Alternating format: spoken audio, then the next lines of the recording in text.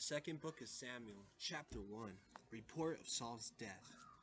After the death of Saul, David returned from his victory over the Amalekites and stayed in Ziklag for 2 days. On the third day, a man came from the field of battle, one of Saul's people, with his garments torn and his head covered with dirt. Going to David, he fell to the ground in homage. David asked him, "Where have you come from?" He replied, "From the Israelite camp. I have escaped." "What happened?" David said. "Tell me." He answered that the soldiers had fled the battle, and many of them had fallen and were dead, and that Saul and his son Jonathan were dead.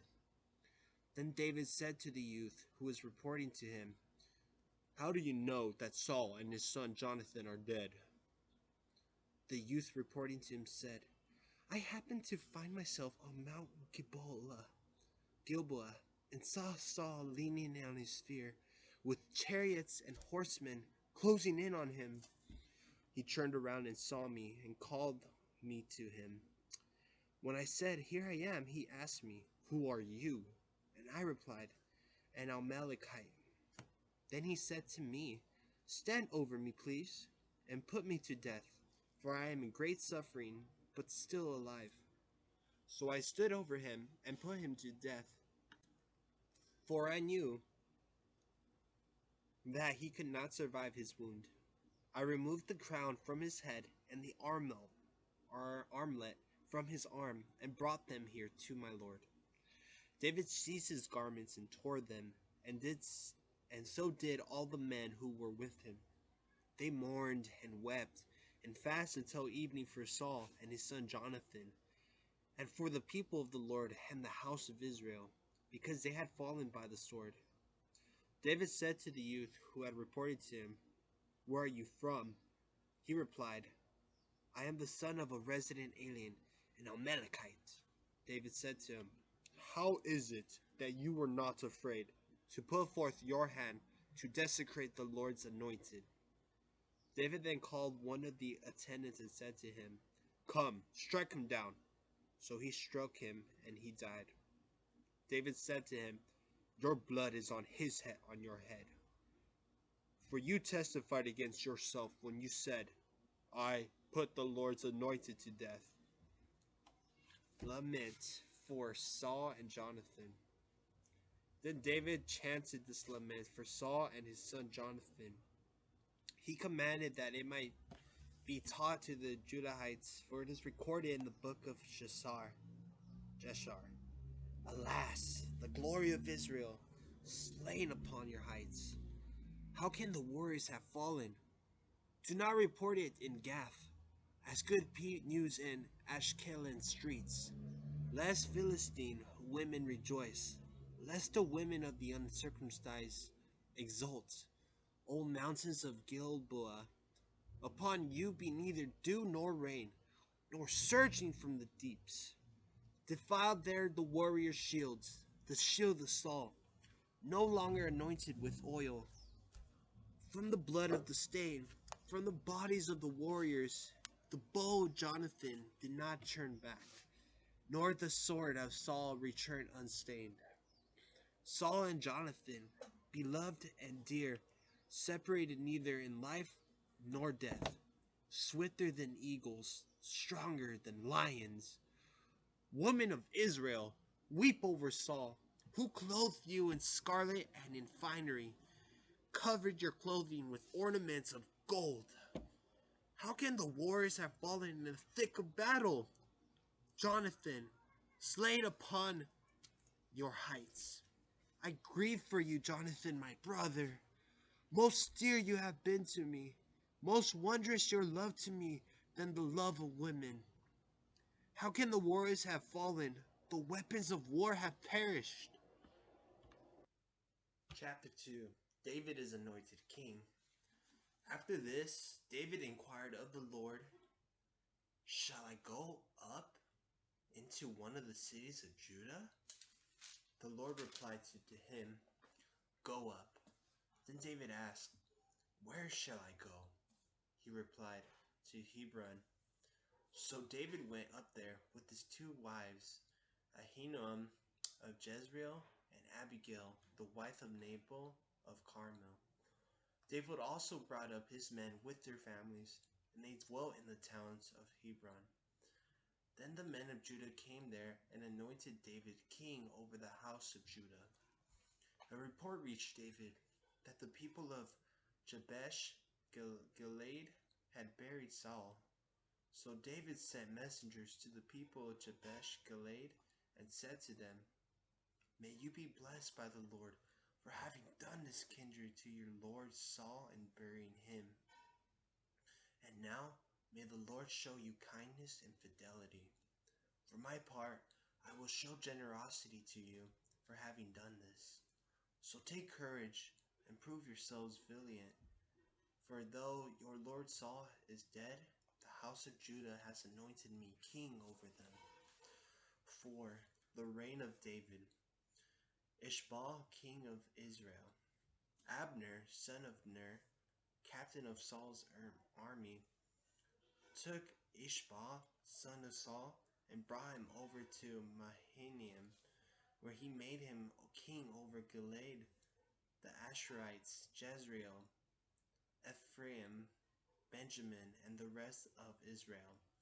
Ishmael, son of Saul, was 40 years old when he became king over Israel, and he reigned 2 years. But the house of Judah followed David. In all, David was king in Hebron over the house of Judah 7 years and 6 months. Combat near Gibeon. Now Abner, son of Ner, and the servants of Ishmael, Saul's son, set out from Mahanaim for Gibeon. Joab, son of Zeruiah, and the servants of David also set out and encountered them at the pool of Gibeon. And they sat down, one group on one side of the pool, and the other on the opposite side. Then Abner said to Joab, "Let the young men rise and perform for us." Joab replied, "All right." So they rose and were counted off, 12 of the Benjaminites of Ashbal, son of Saul, and 12 of David's servants. Then each one grasped his opponent's head and thrust his sword into his opponent's side, and they all fell down together. And so that place was named the Field of the Sides. It is in Gibeon. Death of Asahel. The battle that day was very fierce, and Abner and the men of Israel were defeated by David's servants. The 3 sons of Zeruiah were there: Joab, Abishai, and Asahel. Asahel, who was as fleet of foot as a gazelle in the open field, set out after Abner, turning neither right nor left in his pursuit. Abner turned around and said, "Is that you, Asahel?" He replied, "Yes." Abner said to him, "Turn right or left. Seize one of the young men and take what you can strip from him." But Asahel would not stop pursuing him. Once more Abner said to Asahel, "Stop pursuing me. Why must I strike you to the ground? How could I show my face to your brother Joab?" Still he refused to stop. So Abner struck him in the abdomen with the heel of his spear, and the weapon protruded from his back. He fell there and died on the spot. All who came to the place where Asahel had fallen and died halted. But Joab and Abishai continued the pursuit of Abner. The sun had gone down where they came to the hill of Amman, which lies east of the valley toward the wilderness near Geba. Truce between Joab and Abner. Here the Benjaminites rallied around Abner, forming a single group, and made a stand on the hilltop. Then Abner called to Joab and said, "Must the sword devour forever? Do you not know that afterward there will be bitterness? How long before you tell the people to stop pursuing their brothers?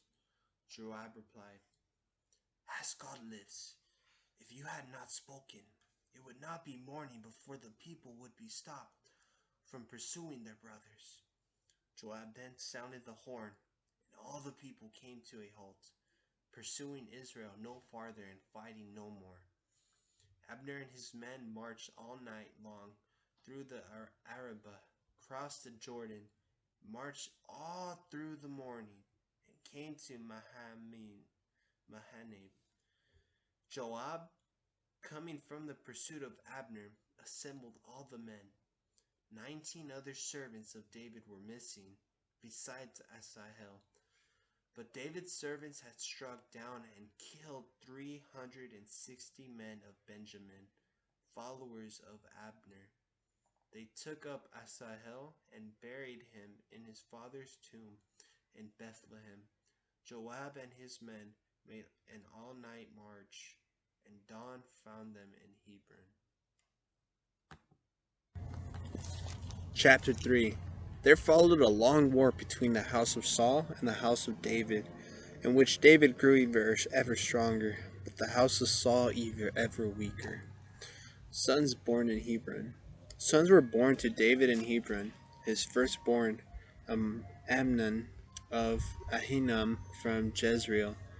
The second, Chileab of Abigail, the wife of Nabal of Carmel. The third, Absalom, son of Maacah, who was the daughter of Talmai, king of Jeshur. The fourth, Adonijah, son of Haggith. The fifth, Stephathiah, son of Abital. And the sixth, Ithream, by David's wife Eglah. These were born to David in Hebron. Ishmael and Abner quarreled. During the war between the house of Saul and the house of David, Abner was gaining power in the house of Saul.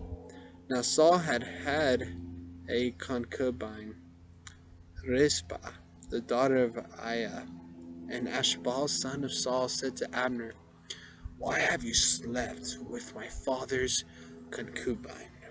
Enraged at the words of Ishbal, Abner said, "Am I a dog's head from Judah? As of today, I have been loyal to the house of Saul your father, to his brothers and his friends. I have kept you out of David's clutches, and today you charge me with a crime involving a woman? May God do thus to Abner and more, if I do not carry out for David what the Lord swore to him, that is, take away the kingdom from the house of Saul, and establish the throne of David over Israel, as well as Judah, from Dan to Beersheba." Ishmael was no longer able to say a word to Abner. He feared him so. Abner and David reconciled. Then Abner sent messengers to David in Tel, where he was at the moment, to say, "Make a covenant with me, and you have me on your side, to bring all Israel over to you." He replied, "Good, I will make a covenant with you, but one thing I require of you. You must not appear before me unless you bring back Michal, Saul's daughter, when you come to present yourself to me." At the same time, David sent messengers to Ishmael, son of Saul, to say, "Give me my wife Michal, whom I betrothed by paying 100 Philistine foreskins." Ishmael sent for her and took her away from her husband Paltiel, son of Laish, who followed her weeping as far as Barim. But Abner said to him, "Go back." So he turned back. Abner then had a word with the elders of Israel. "For some time you have been wanting David as your king. Now take action, for the Lord has said to David, 'By David, my servant, I will save my people Israel from the power of the Philistines and from the power of all their enemies.'" Abner also spoke with Benjamin, and then went to speak with David in Hebron concerning all that would be agreeable to Israel and to the whole house of Benjamin. When Abner, accompanied by 20 men, came to David in Hebron, David prepared a feast for Abner and for the men who were with him. Then Abner said to David, I will not go to assemble all Israel for my lord the king, that they may make my covenant with you. You will then be king over all whom you wish to rule. So David let Abner go on his way in peace. Death of Abner. Just then David's servants and Joab were coming in from an expedition, bringing much plunder with them. Abner, having been dismissed by David, was no longer with him in Hebron, but had gone on his way in peace. When Joab and the whole force he had with him arrived, he was informed, Abner, son of Ner, came to David, and he let him go on his way in peace. So Joab went to the king and said, What have you done? Abner came to you. Why did you let him get away? Don't you know Abner? He came to trick you, to learn your comings and goings, to learn everything you do. Joab then left David and sent messengers after Abner to bring him back and from the cistern of Sirah, but David did not know. When Abner returned to Hebron, Joab took him aside within the city gate to speak with him privately. There he stabbed him in the abdomen, and he died for the blood of Asahel, Joab's brother. Later David heard of it and said, Before the Lord, I and my kingdom are forever innocent. May the blood of Abner, son of Ner, Joab's family, never be without one suffering from a discharge, or one with a skin disease, or a man who holds this staff, or one falling by the sword, or one in need of food. Joab and Abishai, his brother, had been lying in wait for Abner because he killed Asahel, their brother, in battle at Gibeon. David mourns Abner. Then David said to Joab and to all the people who were with him, Tear your garments, put on sackcloth, and mourn over Abner. King David himself followed the bier. When they had buried Abner in Hebron, the king wept aloud at the grave of Abner, and all the people wept. And the king sang this lament over Abner. Should Abner have died for a fool? Your hands were not bound with chains, nor your feet placed in fetters. As one falls before the wicked, you fell. And all the people continued to weep for him. Then they went to console David with food while it was still day. But David swore, May God do thus to me, and more, if before the sun goes down, I eat bread, or anything else. All the people noted with approval, just as everything the king did met with their approval. So on that day, all the people and all Israel came to know that it was not the king's doing that Abner, son of Ner, was put to death. The king then said to his servants, Do you not know that a prince, a great man, has fallen today in Israel? Although I am the anointed king, I am weak this day, and these men, the son of Zeruiah, are too ruthless for me. May the Lord repay the evildoer in accordance with his evil deed. Chapter 4. Death of Ishmael. When Ishmael, son of Saul, heard that Abner was dead in Hebron, he lost his resolve, and all Israel was alarmed. Ishmael, son of Saul, had two company leaders named Baanah and Rechab, sons of Rimmon the Beerothite of the tribe of Benjamin. Beeroth, too, was ascribed to Benjamin. The Beerothites fled to Gittaim, where they have been resident aliens to this day. Jonathan, son of Saul, had a son with crippled feet. He was 5 years old when the news about Saul and Jonathan came from Jezreel. His nurse took him and fled, but in their hasty flight, he fell and became lame. His name was Meribal. The sons of Rimmon, the Beerothite, Rechab and Baanah, came into the house of Ishmael during the heat of the day, while he was lying in his bed in the afternoon. The gatekeeper of the house had dozed off while sifting wheat and was asleep. So Rechab and his brother Baanah slipped past her and entered the house while Ishmael was lying asleep in his bedroom. They struck and killed him and cut off his head. Then, taking the head, they traveled on the Arabah road all night long, the murder avenged. They brought the head of Ishmael to David in Hebron and said to the king, "This is the head of Ishmael, son of your enemy Saul, who sought your life. Thus has the Lord this day avenged my lord, the king, on Saul and his posterity."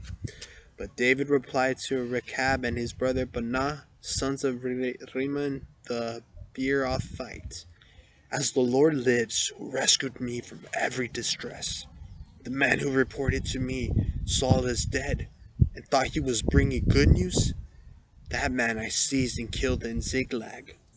That was the reward I gave him. How much more now, when wicked men have slain an innocent man in bed at home, must I require his blood from you and purge you from the land? Purge you from the land." So at David's command, the young men killed them and cut off their hands and feet, hanging them up near the pool in Hebron.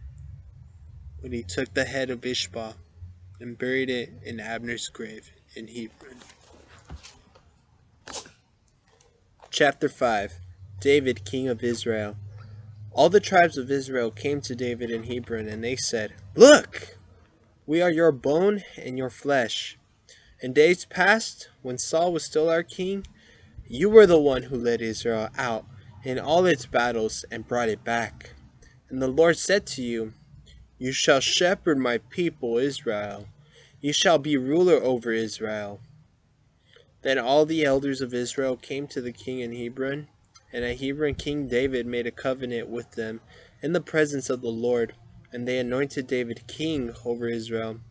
David was 30 years old when he became king, and he reigned 40 years. In Hebron he was king over Judah 7 years and 6 months, and in Jerusalem he was king 33 years over all Israel and Judah. Capture of Zion. Then the king and his men went to Jerusalem against the Jebusites who inhabited the land. They told David, "You shall not enter here. The blind and the lame will drive you away," which was their way of saying, "David shall not enter here." David nevertheless captured the fortress of Zion, which is the city of David. On that day David said, "All who wish to strike at the Jebusites must attack through the water shaft. The lame and the blind shall be the personal enemies of David. That is why it is said, the blind, and the lame shall not enter the palace." David took up residence in the fortress, which he called the city of David. David built up the city on all sides from the Millo toward the center. David became ever more powerful, for the Lord of hosts was with him. Hiram, king of Tyre, sent envoys to David along with cedar wood and carpenters and masons who built a house for David. David now knew that the Lord had truly established him as king over Israel and had exalted his kingdom for the sake of his people Israel. David's family in Jerusalem. David took more concubines and wives in Jerusalem after he had come from Hebron, and more sons and daughters were born to him. These are the names of those who were born to him in Jerusalem: Shammua, Shobab, Nathan, Solomon, Ibhar, Elishua, Nebheg, Japhia, Elishama, Beeliada, and Eliphelet. Rout of the Philistines. When the Philistines had heard that David was anointed king over Israel, they marched out in force to come after him. When David heard this, he went down to the refuge. Meanwhile, the Philistines had come and deployed themselves in the valley of Rephaim. David inquired of the Lord, "Shall I attack the Philistines, and will you deliver them into my power?" The Lord answered, "David, attack, for I will surely deliver the Philistines into your power." So David went to Baal Perazim, and he defeated them there. He said, "The Lord has broken through my enemies before me, just as water breaks through a dam." Therefore that place was called Baal Perazim. The Philistines abandoned their gods there, and David and his men carried them away. Once again the Philistines came up and deployed themselves in the valley of Rephaim. And again David inquired of the Lord, who replied, "Do not attack the front. Circle behind them and come against them near the balsam trees. When you hear the sound of marching in the tops of the balsam trees, act decisively, for then the Lord has already gone before you to strike the enemy of the Philistines." David did as the Lord commanded him, and routed the Philistines from Gibeon as far as Gezer. Chapter 6. The Ark brought to Jerusalem. David again assembled all the picked men of Israel, 30,000 in number. Then David and all the people who were with him set out for Baalah of Judah to bring up from there the Ark of God, which bears the name, "The Lord of Hosts," enthroned above the cherubim. They transported the Ark of God on a new cart and took it away from the house of Abinadab on the hill. Uzzah and Ahio, sons of Abinadab, were guiding the cart, with Ahio walking before it, while David and all the house of Israel danced before the Lord with all their might, with swinging and with lyres, harps, tambourines, sistrums, and cymbals. As they reached the threshing floor of Nodin, Uzzah stretched out his hand to the ark of God and steadied it, for the oxen were tipping it. Then the Lord became angry with Uzzah. God struck him on that spot, and he died there in God's presence. David was angry because the Lord's wrath had broken out against Uzzah. Therefore, that place has been called Perez Uzzah even to this day.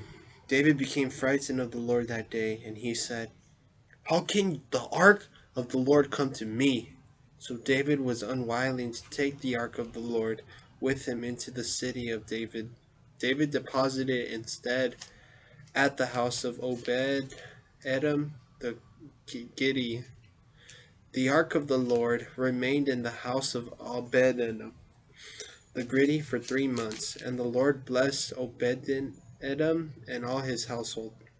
When it was reported to King David that the Lord had blessed the household of Obed-Edom, and that all he possessed became because of the ark of God, David went to bring up the ark of God from the house of Obed-Edom into the city of David with joy. As soon as the bearers of the ark of the Lord had advanced 6 steps, he sacrificed an ox and a fatling. Then David came dancing before the Lord with abandon, girt with a linen ephod. David and all the house of Israel were bringing up the ark of the Lord with shouts of joy and sound of horn. As the ark of the Lord was entering the city of David, Michal, daughter of Saul, looked down from her window, and when she saw King David jumping and dancing before the Lord, she despised him in her heart. They brought in the ark of the Lord and set it in its place within the tent which David had pitched for it. Then David sacrificed burnt offerings and communion offerings before the Lord. When David had finished sacrificing burnt offerings and communion offerings, he blessed the people in the name of the Lord of hosts, and distributed it among all the people, the entire multitude of Israel, to every man and every woman, one loaf of bread, one piece of meat, and one raisin cake. Then all the people returned to their homes. When David went home to bless his own house, Michal, the daughter of Saul, came out to meet him and said, "How well the king of Israel has honored himself today, exposing himself to the view of the slave girls of his followers, as a commoner might expose himself."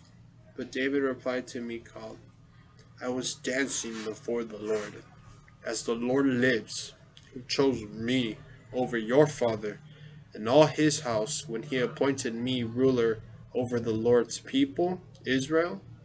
Not only will I make merry before the Lord, but I will demean myself even more. I will be lowly in your eyes, but in the eyes of the slave girls you spoke of I will be somebody." Saul's daughter Michal was childless to the day she died.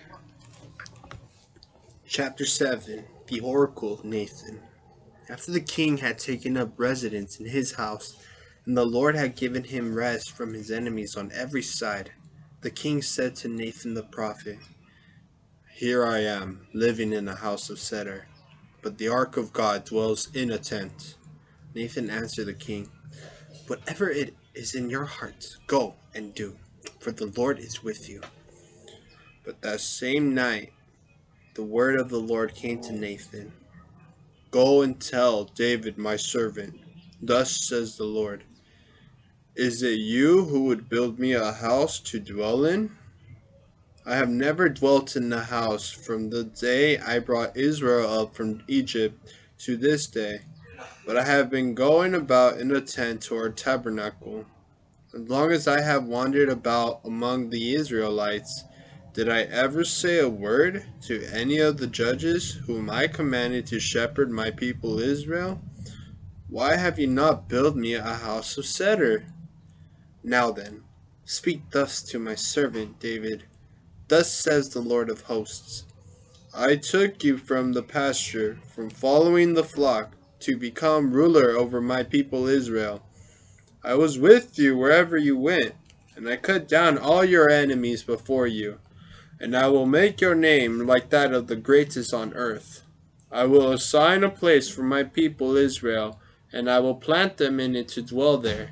They will never again be disturbed, nor shall the wicked ever again oppress them, as they did at the beginning, and from the day when I appointed judges over my people Israel.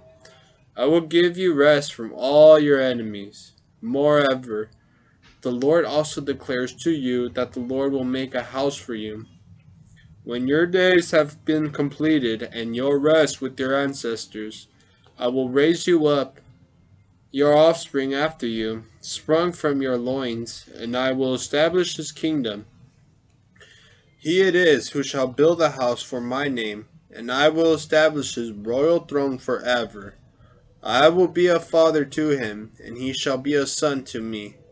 If he does wrong, I will reprove him with a human rod and with human punishments.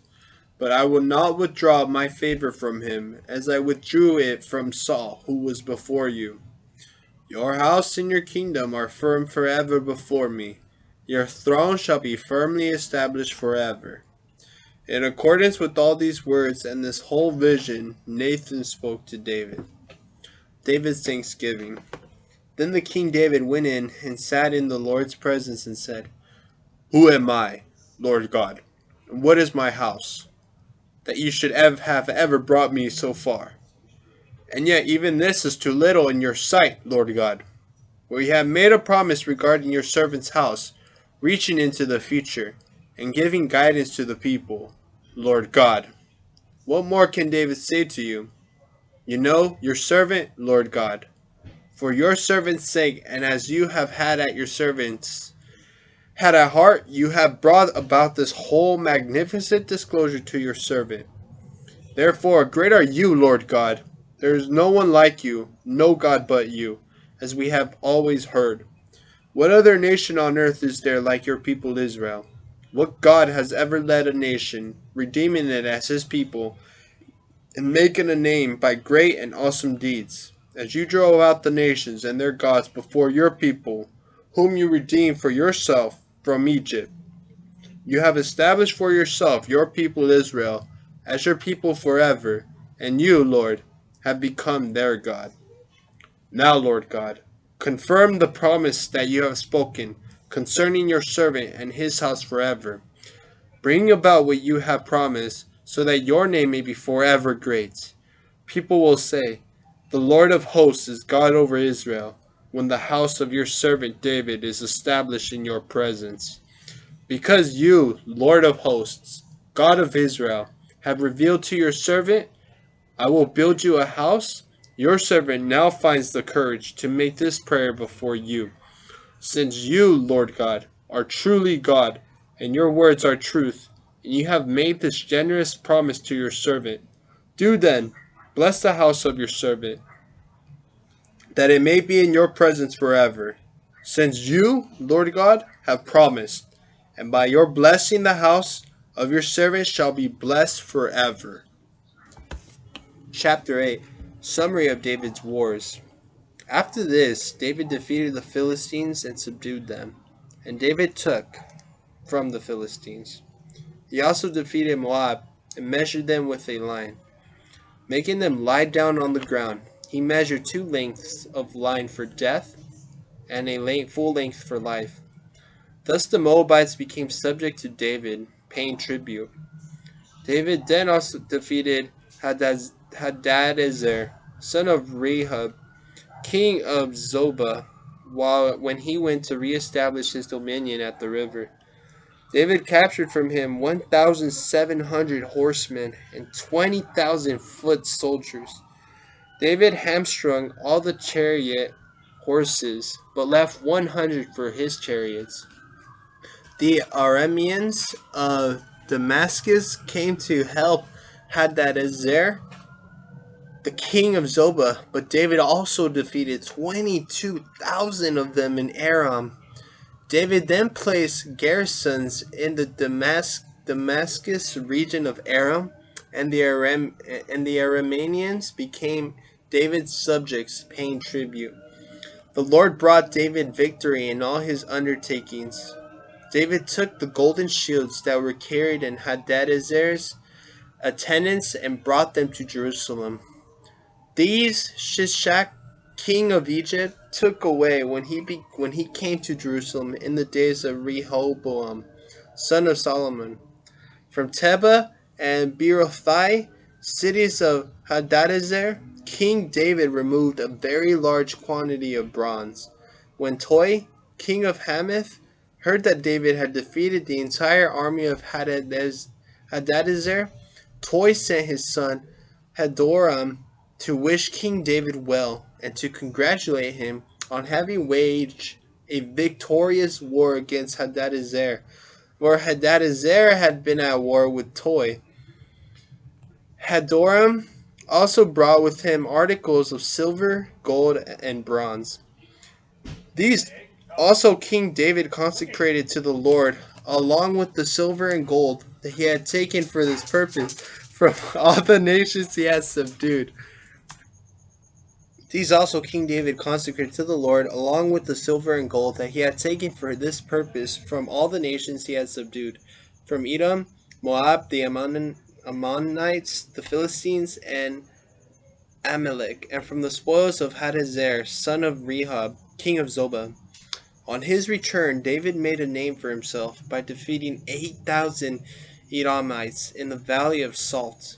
He set up garrisons in Edom, and all the Ammonites became David's subjects. Thus the Lord brought David victory in all his undertakings.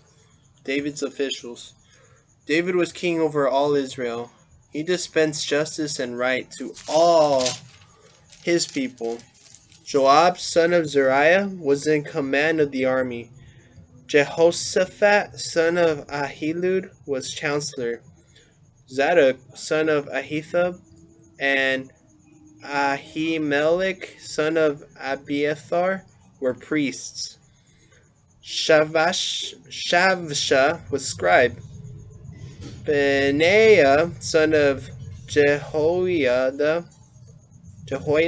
was in command of the Cherethites and the Pelethites. And David's sons were priests. Chapter 9. David and Meribah.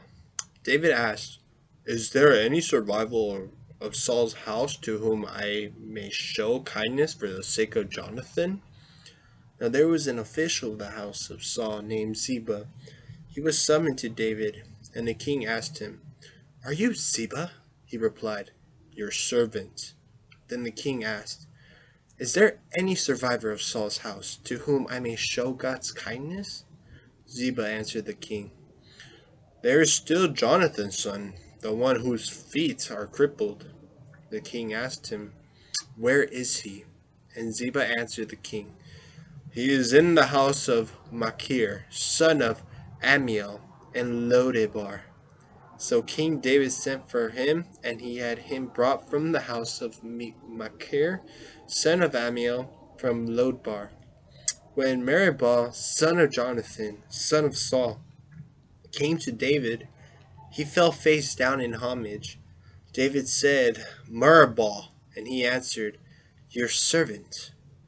"Do not be afraid," David said to him.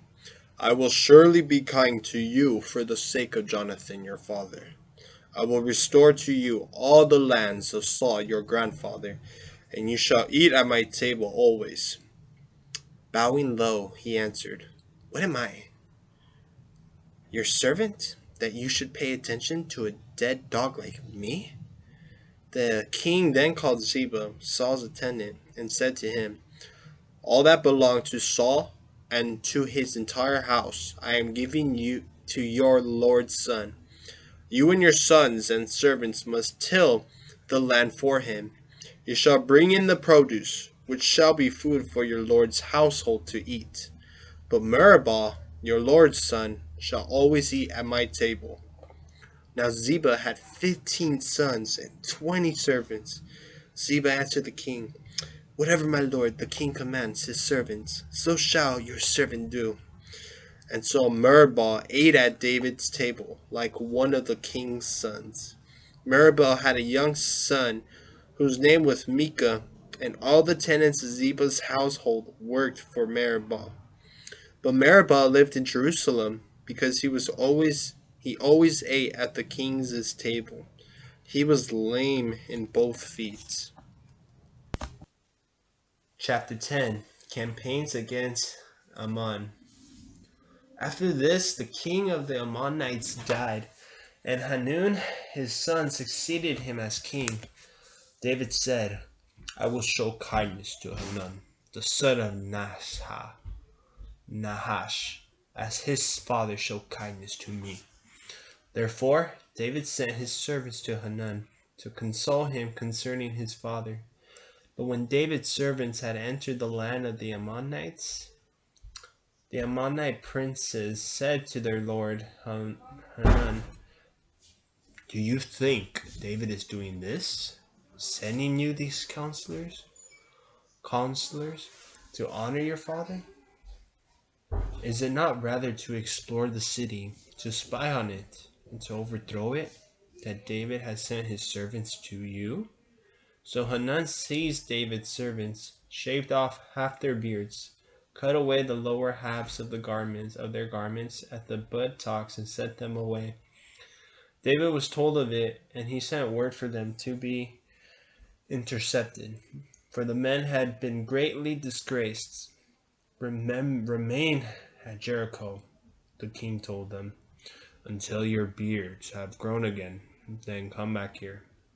When the Ammonites realized that they were in bad odor with David, they sent for and hired 20,000 Armenian foot soldiers from Beth Rehob and Zobah, as well as the king of Makkah, with 1,000 men and 12,000 men from Tob. When David heard of this, he sent Joab and his whole army of warriors against them. The Ammonites marched out and lined up for battle at the entrance of their city gate, while the Arameans of Zobah and Rehob and the men of Tob and Makkah remained apart in the open field. When Joab saw that there was a battle line both in front of and behind him, he chose some of the best fighters of Israel and lined them up against the Arameans. The rest of the army he placed under the command of his brother Abishai and lined up to oppose the Ammonites. And he said, "If the Arameans prove too strong for me, you must come and save me. And if the Ammonites prove too strong for you, I will come to save you. Hold firm, and let us show ourselves courageous for the sake of our people and the cities of our God. And may the Lord do what is good in his sight." Joab therefore advanced with his men for battle with the Arameans, but they fled before him. And when the Ammonites saw that the Arameans had fled, they too fled before Abishai and re-entered their city. Joab then ceased to attack on the Ammonites and came to Jerusalem. Seeing themselves vanquished by Israel, the Arameans held a full muster of troops. Hadadezer sent for and brought Arameans from beyond the river. They came to Helam with Shobach, the captain of Hadazer's army, at their head. When this was reported to David, he gathered all the Israel together, crossed the Jordan, and went to Helam. The Arameans drew up in formation against David and gave battle. But the Arameans fled before Israel, and David killed 700 of their chariot fighters and 40,000 of their foot soldiers. He struck down Shobach, commander of the army, and he died on the field. When Hadadezer's vassal kings saw themselves vanquished by Israel, they made peace with the Israelites and became their subjects. After this, the Arameans were afraid to give further aid to the Ammonites. Chapter 11. Davidson. At the turn of the year, the time when kings go to war, David sent out Joab along with his officers and all Israel, and they laid waste the Ammonites and besieged Rabbah. David himself remained in Jerusalem. On evening, David rose from his bed and strolled about on the roof of the king's house. From the roof, he saw a woman bathing. She was very beautiful. David sent people to inquire about the woman and was told, "She is Sheba, daughter of Eliam, and wife of Uriah the Hittite, Joab's armor bearer." Then David sent messengers and took her.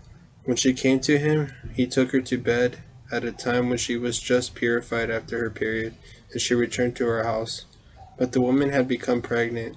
She sent a message to inform David, "I am pregnant." So David sent messengers to Joab, "Send me Uriah the Hittite."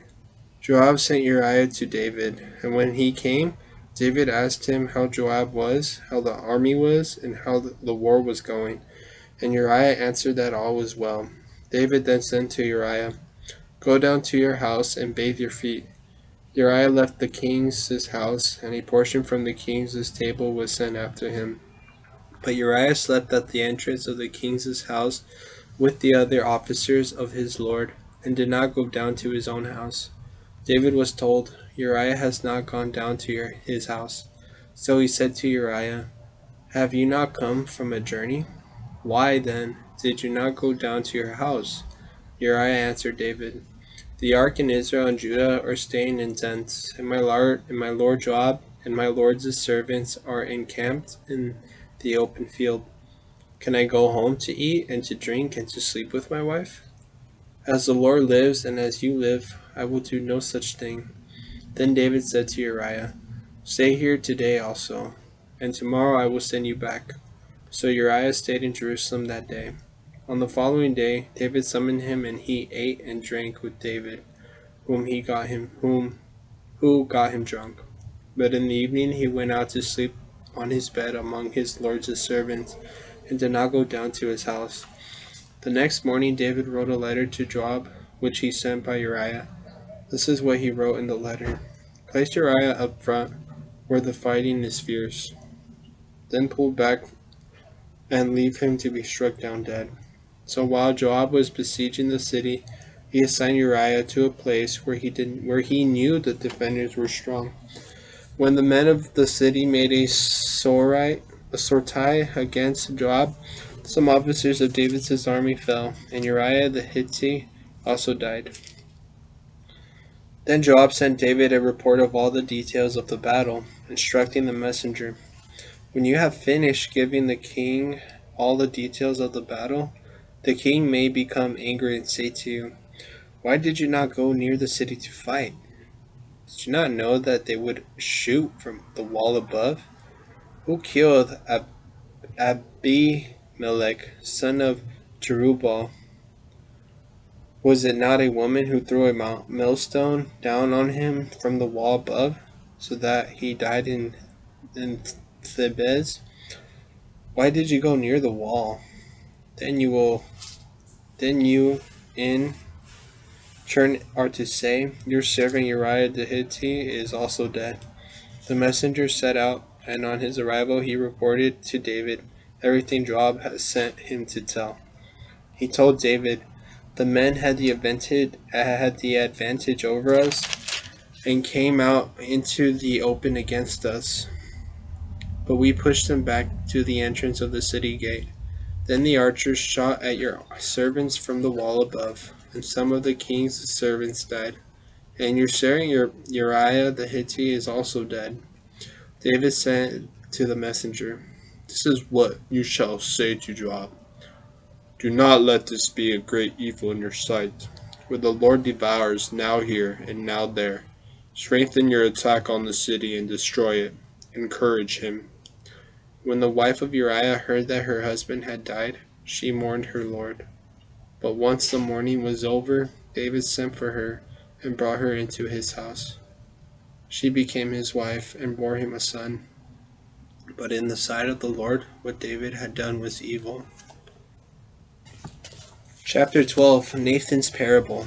The Lord sent Nathan to David, and when he came to him, he said, "Tell me how you judge this case." In a certain town there were two men, one rich, the other poor. The rich man had flocks and herds in great numbers, but the poor man had nothing at all, except one little ewe lamb that he had bought. He nourished her, and she grew up with him and his children. Of what little he had she ate, from his own cup she drank, in his bosom she slept. She was like a daughter to him. Now a visitor came to the rich man, but he spared his own flocks and herds to prepare a meal for the traveler who had come to him. He took the poor man's ewe lamb and prepared it for the one who had come to him. David grew very angry with that man and said to Nathan, "As the Lord lives, this man who has done this deserves death.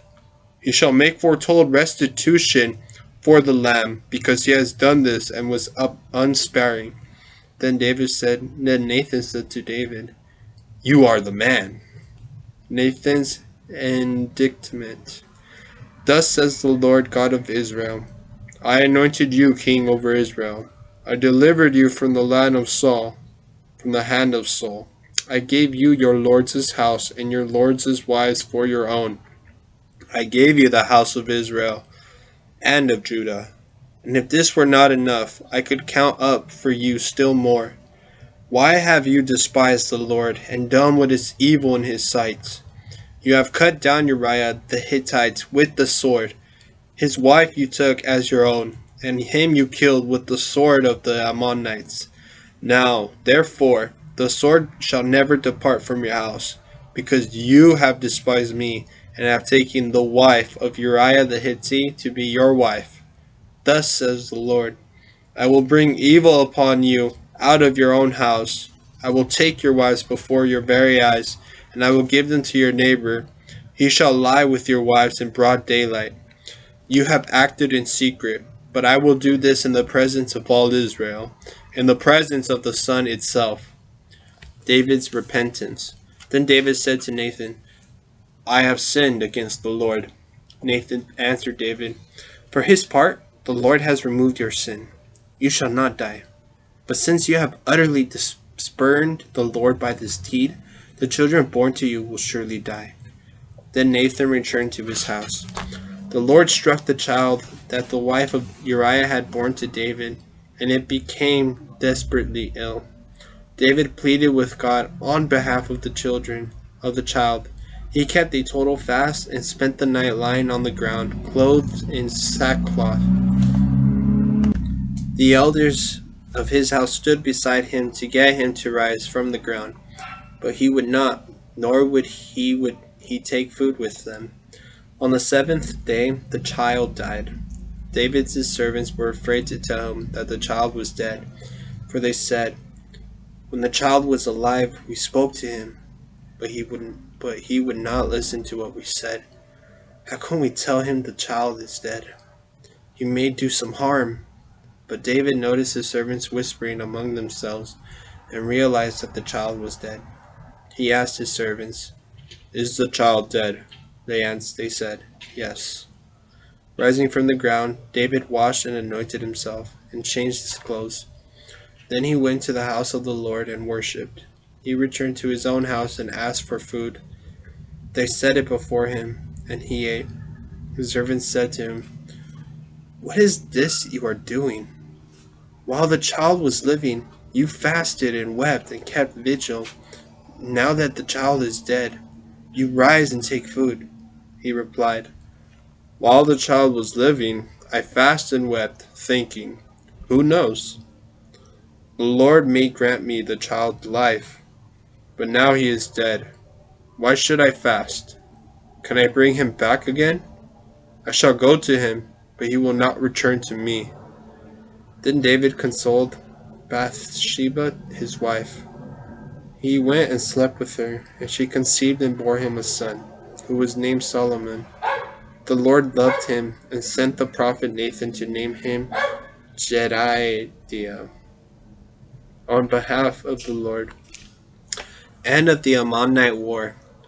Joab fought against Rabbah of the Ammonites and captured that royal city. He sent messengers to David to say, I have fought against Rabbah and have taken the water city. Therefore, assemble the rest of the soldiers, join the siege against the city, and capture it, lest I be the one to capture the city, and mine to be the name people mention, not yours. So David assembled the rest of the soldiers, went to Rabbah, fought against it, and captured it. He took the crown of Milcom from the idol's head, a talent of golden weight, with precious stones. This crown David wore on his head. He also brought out a great amount of spoil from the city. He deported the people of the city and sent them to work with saws, iron picks, and iron axes, or put them to work at the brick mold. He dealt thus with all the cities of the Ammonites. Then David and his whole army returned to Jerusalem. Chapter 13. Ammon's rape of Tamar. After this, the following occurred. David's son, Absalom, had a beautiful sister named Tamar, and David's son, Amnon, loved her. He was in such anguish over his sister Tamar that he became sick. She was a virgin, and Amnon thought it impossible to do anything to her. Now Amnon had a friend named Jonadab, son of David's brother Shimea, who was very clever. He asked him, Prince, why are you so dejected morning after morning? Why not tell me? So Amon said to him, I am in love with Tamar, my brother Absalom's sister. Then Jonadab replied, Lie down on your bed and pretend to be sick. When your father comes to visit you, say to him, Please let my sister Tamar come and encourage me to take food. If she prepares something in my presence for me to see, I will eat it from her hand. So Amon lay down and pretended to be sick. When the king came to visit him, Amon said to the king, Please let my sister Tamar come and prepare some fried cakes before my eyes, that I may take food from her hand. David then sent home a message to Tamar, Please go to the house of your brother Amon and prepare some food for him. Tamar went to the house of her brother Amon, who was in bed. Taking dough and kneading it, she twisted it into cakes before his eyes and fried the cakes. Then she took the pan and set out the cakes before him. But Amon would not eat. He said, Have everyone leave me. When they had all left him, Amon said to Tamar, Bring the food into the bedroom, that I may have it from your hand. So Tamar picked up the cakes she had prepared and brought them to her house, to her brother Amon in the bedroom. When she brought them close to him so he could eat, he seized her and said to her, Come, lie with me, my sister. But she answered him, No, my brother, do not force me. This is not done in Israel. Do not commit this terrible crime. Where would I take my shame? And you would be labeled a fool in Israel. So please, speak to the king. He will not keep me from you. But he would not listen to her. He was too strong for her.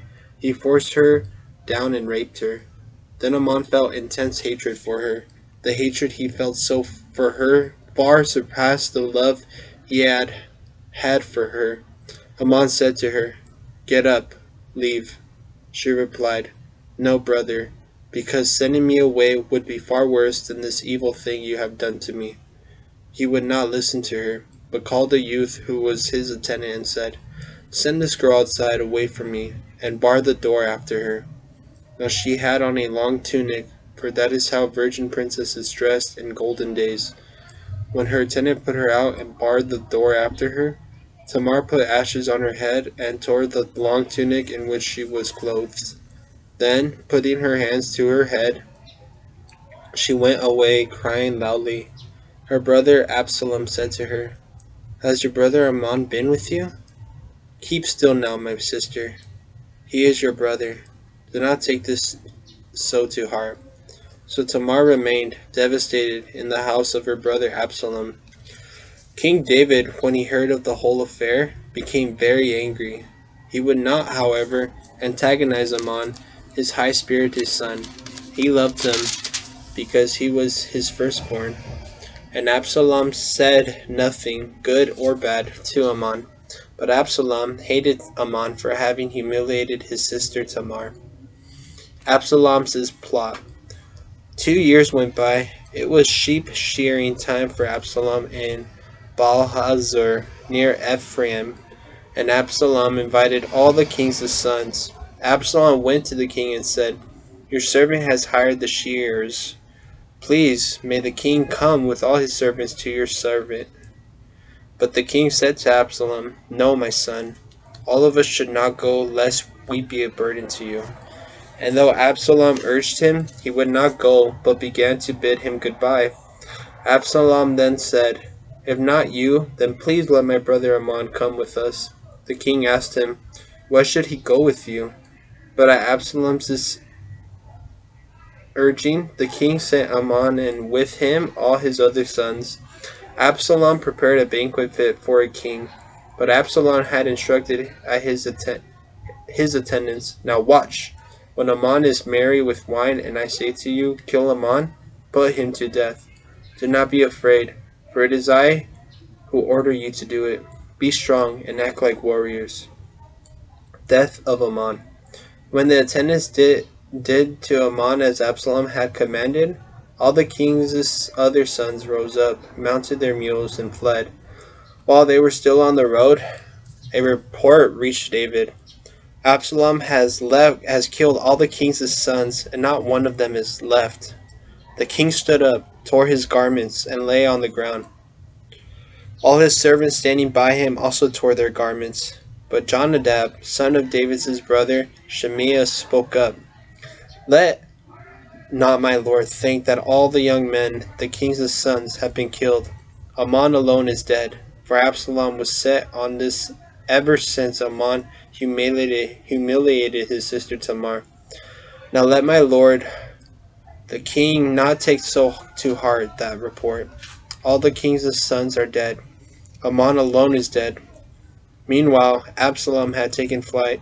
Then the servant on watch looked out and saw a large group coming down the slope from the direction of Bahurim. He came in and reported this to the king. I saw some men coming down the mountainside from the direction of Bahurim. So Jonadab said to the king, There, the king's sons have come. It is as your servant said. No sooner had he finished speaking than the king's sons came in, weeping aloud. The king too, and all his servants wept very bitterly. But Absalom, who had taken flight, went to Talmai, son of Ammihud, king of Geshur, and stayed in Geshur for 3 years. At that time the king continued to mourn his son, but his intention of going out against Absalom abated as he was consoled over the death of Amman. Chapter 14. The wise woman of Tekoa. Now Joab, son of Zeruiah, knew how the king felt toward Absalom. Joab sent to Tekoa and brought from there a wise woman, to whom he said, Pretend to be in mourning. Put on mourning apparel, and do not anoint yourself with oil, that you may appear to be a woman who has long been mourning someone dead. Then go to the king, and speak to him in this manner. And Joab told her what to say. So the woman of Tekoa went to the king, and fell to the ground in homage, saying, Help, O king! The king said to her, What do you want? She replied, Alas, I am a widow. My husband is dead. Your servant had 2 sons, who quarreled in the field, with no one to part them, and one of them struck his brother and killed him.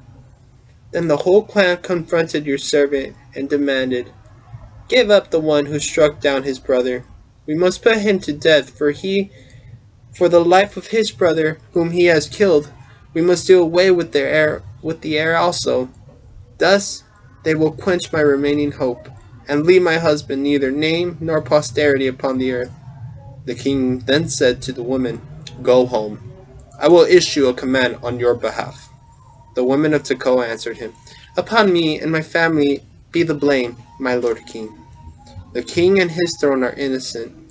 Then the king said, If anyone says a word to you, have him brought to me, and he shall not touch you again.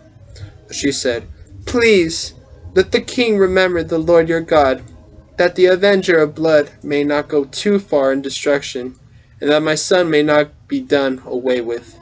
He replied, As the Lord lives, not a hair of your son shall fall to the ground. But the woman continued, Please let your servant say still another word to my lord the king. He replied, Speak. So the woman said, Why then, do you think the way you do against the people of God? In pronouncing as he has, the king showed himself guilty, in not bringing back his own banished son. We must indeed die. We are then like water that is poured out on the ground and cannot be gathered up. Yet, though God does not bring back to life, he does devise means so as not to banish anyone from him. And now, if I have presumed to speak to the king of this matter, it is because the people have given me cause to fear. And so your servant thought, Let me speak to the king. Perhaps he will grant the petition of his servant. For the king must surely listen and rescue his servant from the grasp of one who would destroy both me and my son from the heritage of God. And your servant says, Let the word of my lord the king lead to rest. Indeed, my lord the king is like an angel of God, discerning good and evil. The Lord your God will be with you. The king answered the woman, Now, do not conceal from me anything I may ask you. She said, Let my lord the king speak. So the king asked, Is this the hand of Joab with you in all this? And the woman answered, As you live, my lord the king, it is just as my lord has said, and not otherwise. It was your servant Joab who instructed me and told your servant all these things she was to say. Your servant Joab did this in order to approach the matter in a roundabout way. But my lord is wise with the wisdom of an angel of God, knowing all things on earth. Absalom's return. Then the king said to Joab, I am granting this request. Go and bring back your son, and bring back young Absalom. Falling to the ground in homage and blessing the king, Joab said, This day your servant knows that I am in good favor with you, my lord king, since the king has granted the request of your servant. Joab then went off to Geshur and brought Absalom to Jerusalem. But the king said, Let him go off to his own house. He shall not appear before me. So Absalom went off to his house and did not appear before the king. In all Israel there was no man more praised for his beauty than Absalom, flawless from the sole of his foot to the crown of his head.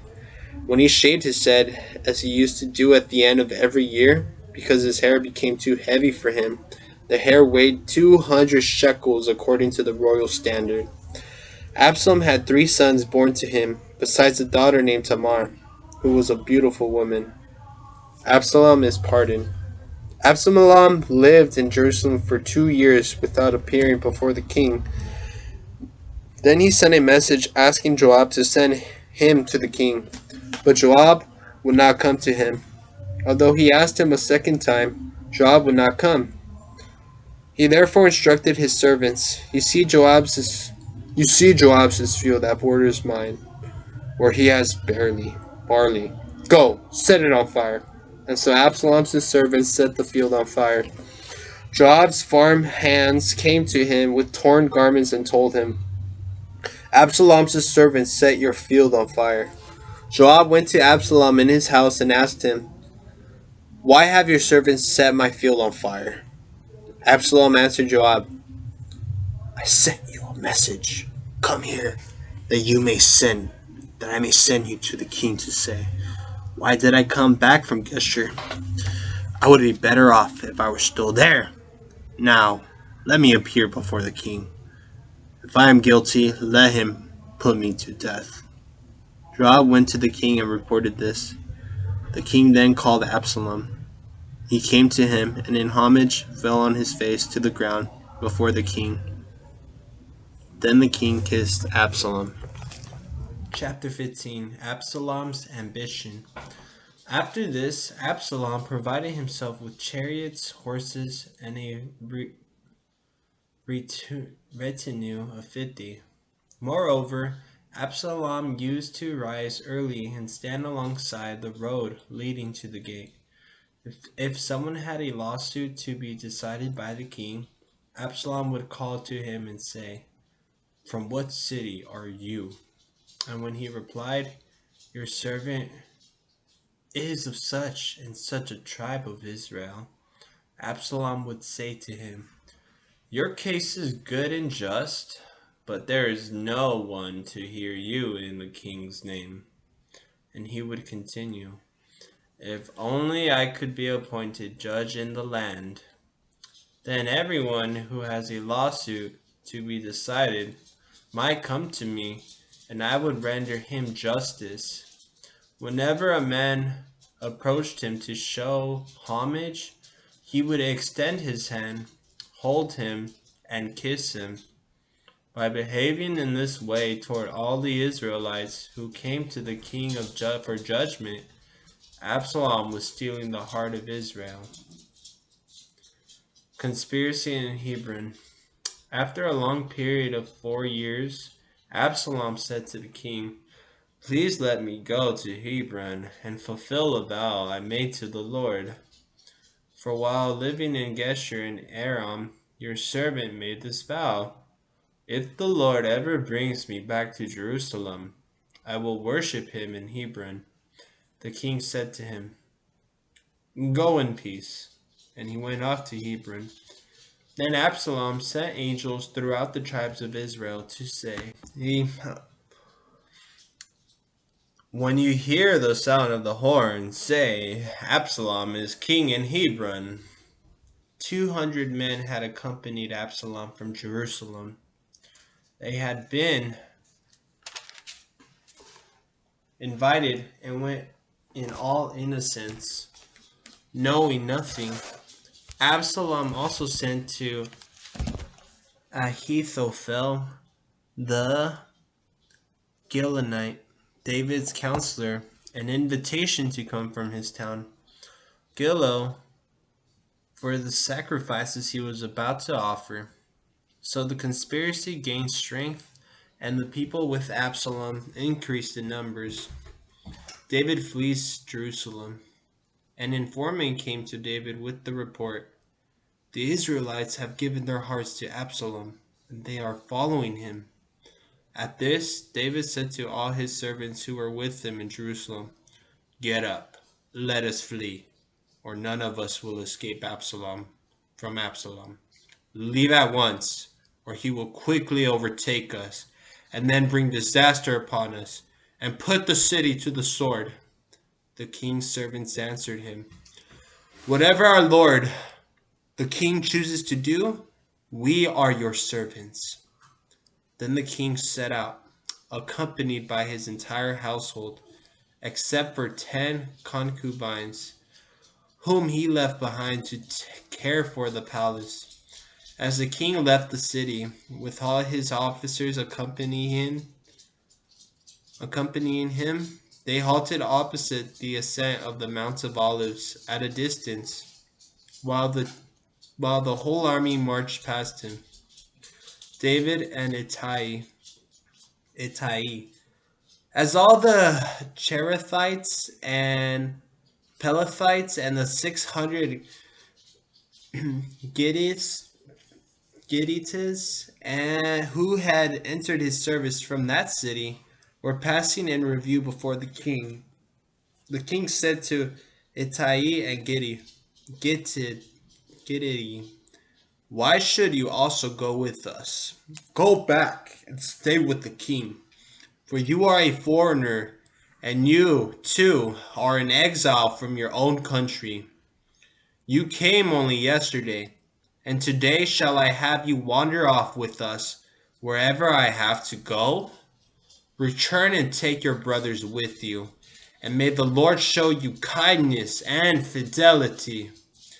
But Ittai answered the king, as the Lord lives, and as my lord the king lives, your servant shall be wherever my lord the king is, whether for life, for death, or for life. So the king said to Ittai, go then, march on. And Ittai the Gittite, with all his men and all the dependents that were with him, marched on. The whole land wept aloud as the last of the soldiers went by, and the king crossed the Wadi Kidron with all the soldiers moving on ahead of him by way to the ascent of the Mount of Olives toward the wilderness. David and the priests. Zadok, too, and all the Levites bearing the ark of the covenant of God set down the ark of God until the whole army had finished marching out of the city. And Abiathar came up. Then the king said to Zadok, take the ark of God back to the city. If I find favor with the Lord, he will bring me back and permit me to see it and its lodging place. But if he should stay, I am not pleased with you. I am ready. Let him do to me as he sees fit. The king also said to Zadok the priest, look, you and Abiathar return to the city in peace, and both your sons with you, your own son Ahimaaz, and Abiathar's son Jonathan. Remember, I shall be waiting at the fords near the wilderness until a report from you comes to me.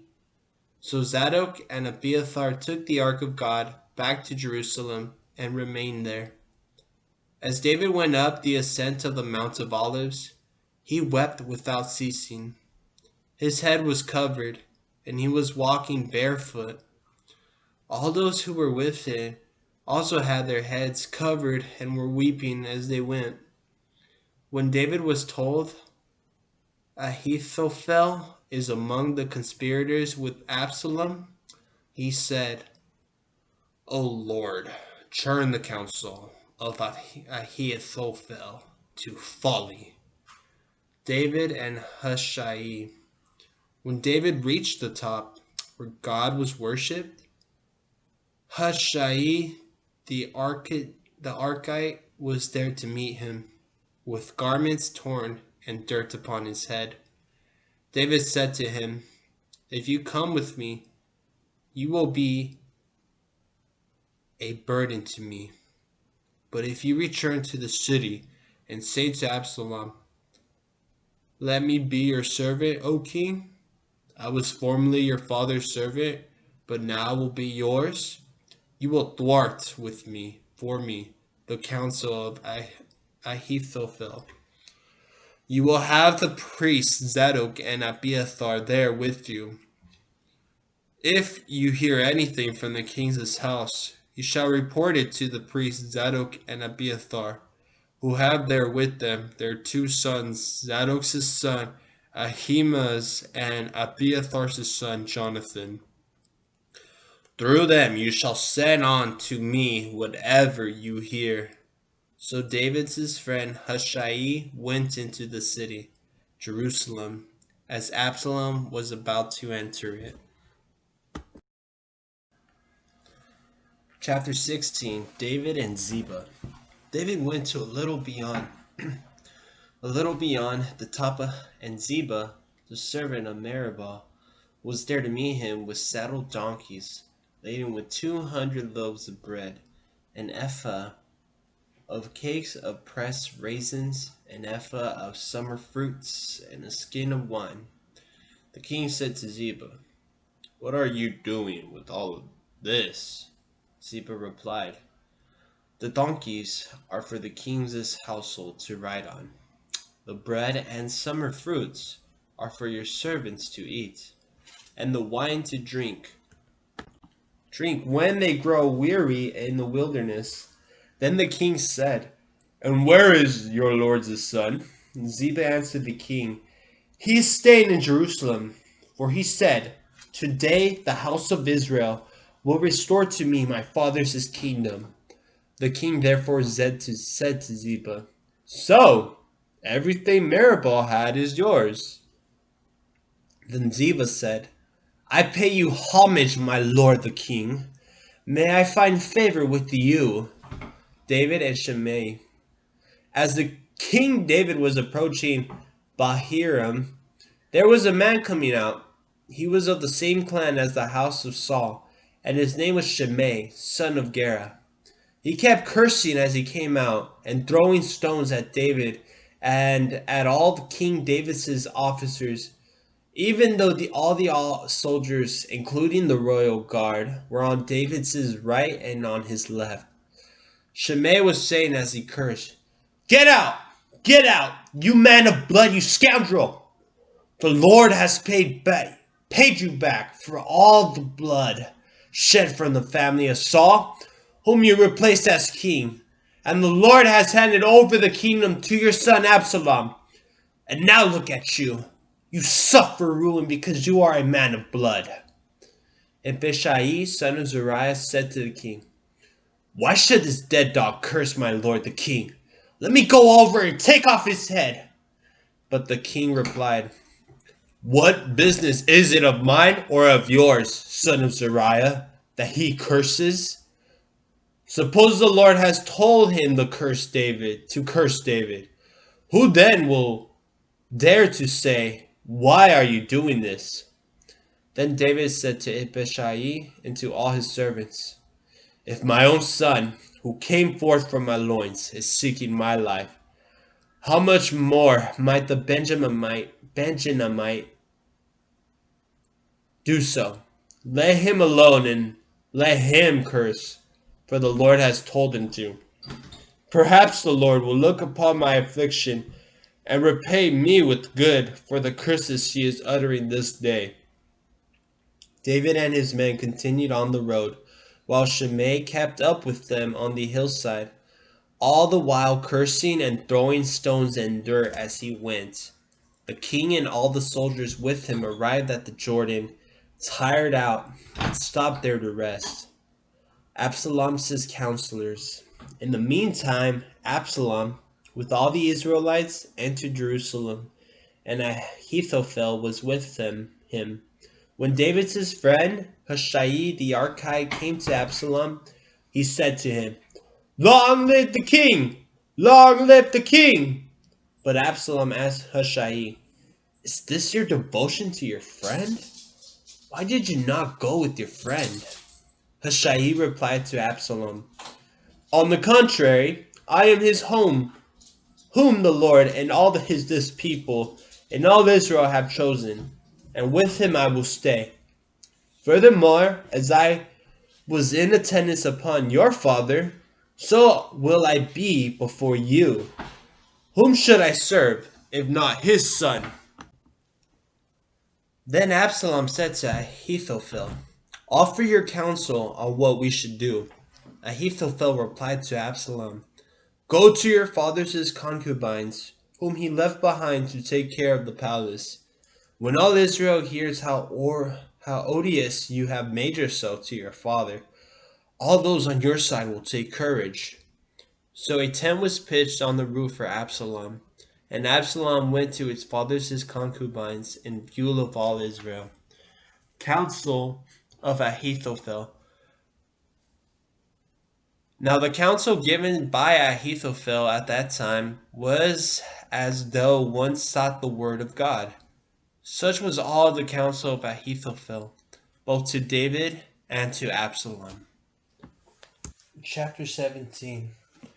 Ahithophel went on to say to Absalom, "Let me choose 12,000 men and be off in pursuit of David tonight.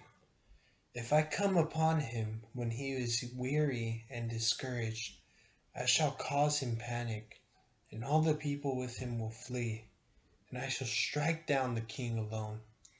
Then I can bring back the rest of the people to you, as a bride returns to her husband. It is the death of only one man you are seeking. Then all the people will be at peace." This plan sounded good to Absalom and to all the elders of Israel. Counsel of Hushai. Then Absalom said, "Now call Hushai the Archite also. Let us hear what he too has to say." When Hushai came to Absalom, Absalom said to him, "This is Ahithophel's plan. Shall we follow his plan? If not, give your own." Hushai replied to Absalom, "This time Ahithophel has not given good counsel." And he went on to say, "You know that your father and his men are warriors, and that they are as fierce as a bear in the wild robe of her cubs. Moreover, since your father is a skilled fighter, he will not spend the night with the army. Even now he lies hidden in one of the caves, or in one of his other places. And if some of our soldiers shall fall at the first attack, whoever hears of it will say, 'Absalom's followers have been slaughtered.' Then even the brave man with the heart of a lion, his heart will melt. For all Israel knows that your father is a fighter, and those who are with him are brave. This is what I counsel. Let all Israel be assembled, from Dan to Beersheba, as numerous as the sands by the sea, and you yourself go with them. We can then attack him wherever we find him, settling down upon him as dew alights on the ground.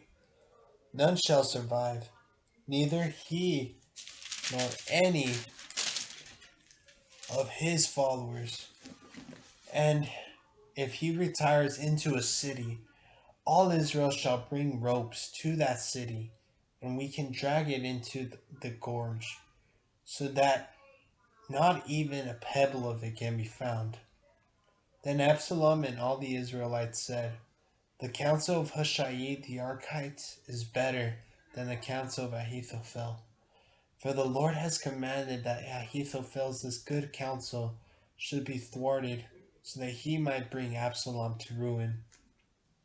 David told of the plan. Then Hushai said to the priests Zadok and Abiathar, this is the counsel Ahithophel gave Absalom and the elders of Israel, and this is what I counseled. So send a warning to David immediately. Do not spend the night at the fords near the wilderness, but cross over without fail. Otherwise the king and all the people with him will be destroyed. Now Jonathan and Ahimaaz were staying at En-Rogel. A maidservant was to come with information for them, and they in turn were to go and report to King David. They could not risk being seen entering the city, but an attendant did see them and informed Absalom. They hurried on their way and reached the house of a man named Bahurim, who had a cistern in his courtyard. They let themselves down into it, and the woman took the cover and spread it over the mouth of the cistern, strewing crushed grain on the cover so that nothing could be noticed. When Absalom's servants came to the woman at the house, they asked, where are Ahimaaz and Jonathan? The woman replied, they went by a short while ago, toward the water. They searched, but found no one, and so returned to Jerusalem. As soon as they left, Ahimaaz and Jonathan came up out of the cistern and to them, and went on to report to King David. They said to him, leave, cross the water at once, for Ahithophel has given such and such counsel in regard to you. So David and all his people moved on and crossed the Jordan. By daybreak there was no one left who had not crossed.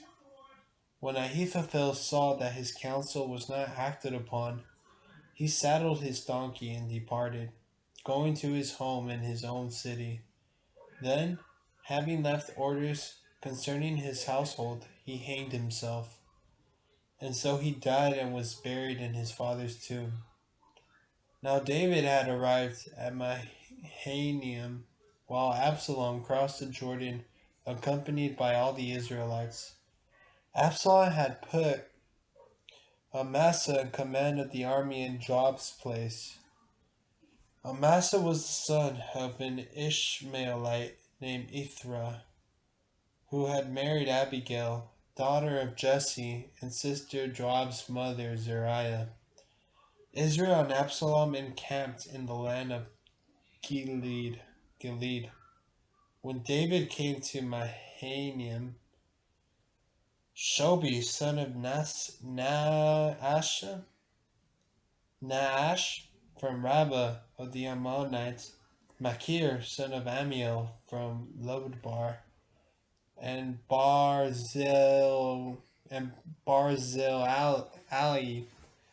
the Gileadite from Rogelim, brought beds and covers, basins and pottery, as well as wheat, barley, flour, roasted grain, beans, lentils, honey, and butter and cheese from the flocks and herds, for David and those who were with him to eat. For they said, the people will be hungry and tired and thirsty in the wilderness. Chapter 18. Preparation for battle. After mustering the troops he had with him, David placed officers in command of units of 1,000 and units of 100. David then divided the troops 3 ways, a third under Joab, a third under Abishai, son of Zeruiah and brother Joab, and a third under Ittai the Gittite. The king said to the troops, I intend to go out with you myself. But they replied, You must not come out with us, for if we flee, no one will care. Even if half of us die, no one will care. But you are worth 10,000 of us. Therefore, it is better that we have you to help us from the city." The king said to them, "I will do what you think best." So the king stood by the gate as all the soldiers marched out in units of 100 and 1,000. But the king gave this command to Joab, Abishai, and Ittai: "Be gentle with young Absalom for my sake." All the soldiers heard as the king gave commands to the various leaders with regard to Absalom. Defeat of Absalom's forces. King David then took the field against Israel, and a battle was fought in the forest near Mahanaim. The forces of Israel were defeated by David's servants, and the casualties there that day were heavy, 20,000 men. The battle spread out over that entire region, and the forest consumed more combatants that day than did the sword. Death of Absalom. Absalom unexpectedly came up against David's servants. He was mounted on a mule, and, as the mule passed under the branches of a large oak tree, his hair caught fast in the tree. He hung between heaven and earth while the mule under him kept going. Someone saw this and reported to Joab, "I saw Absalom hanging from an oak tree." Joab said to the man who told him this, "If you saw him, why did you not strike him to the ground on the spot? Then it would have been my duty to give you 50 pieces of silver and a belt." But the man replied to Joab, "Even if I already held 1,000 pieces of silver in my two hands, I would not lay a hand on the king's son. For in our hearing the king gave you and Abishai and Ittai a command: protect the youth Absalom for my sake.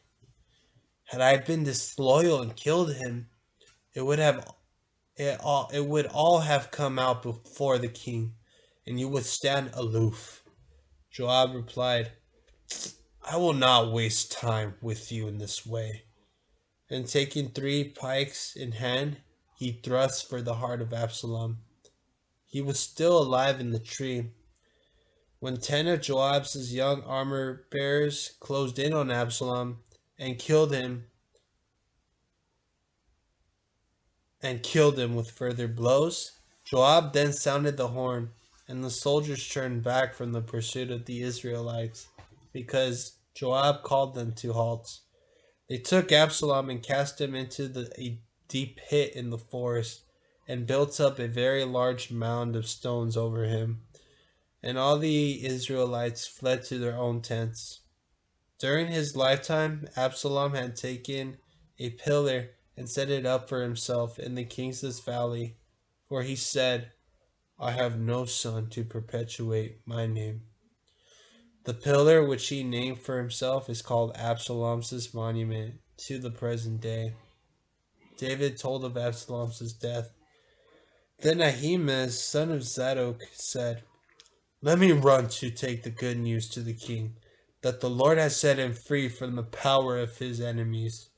But Joab said to him, "You are not the man to bring the news today. On some other day you may take the good news, but today you would not be bringing good news. For in fact the king's son is dead." Then Joab said to a Cushite, "Go, tell the king what you have seen." The Cushite bowed to Joab and ran off. But Ahimaaz, son of Zadok, said to Joab again, "Come what may, permit me also to run after the Cushite."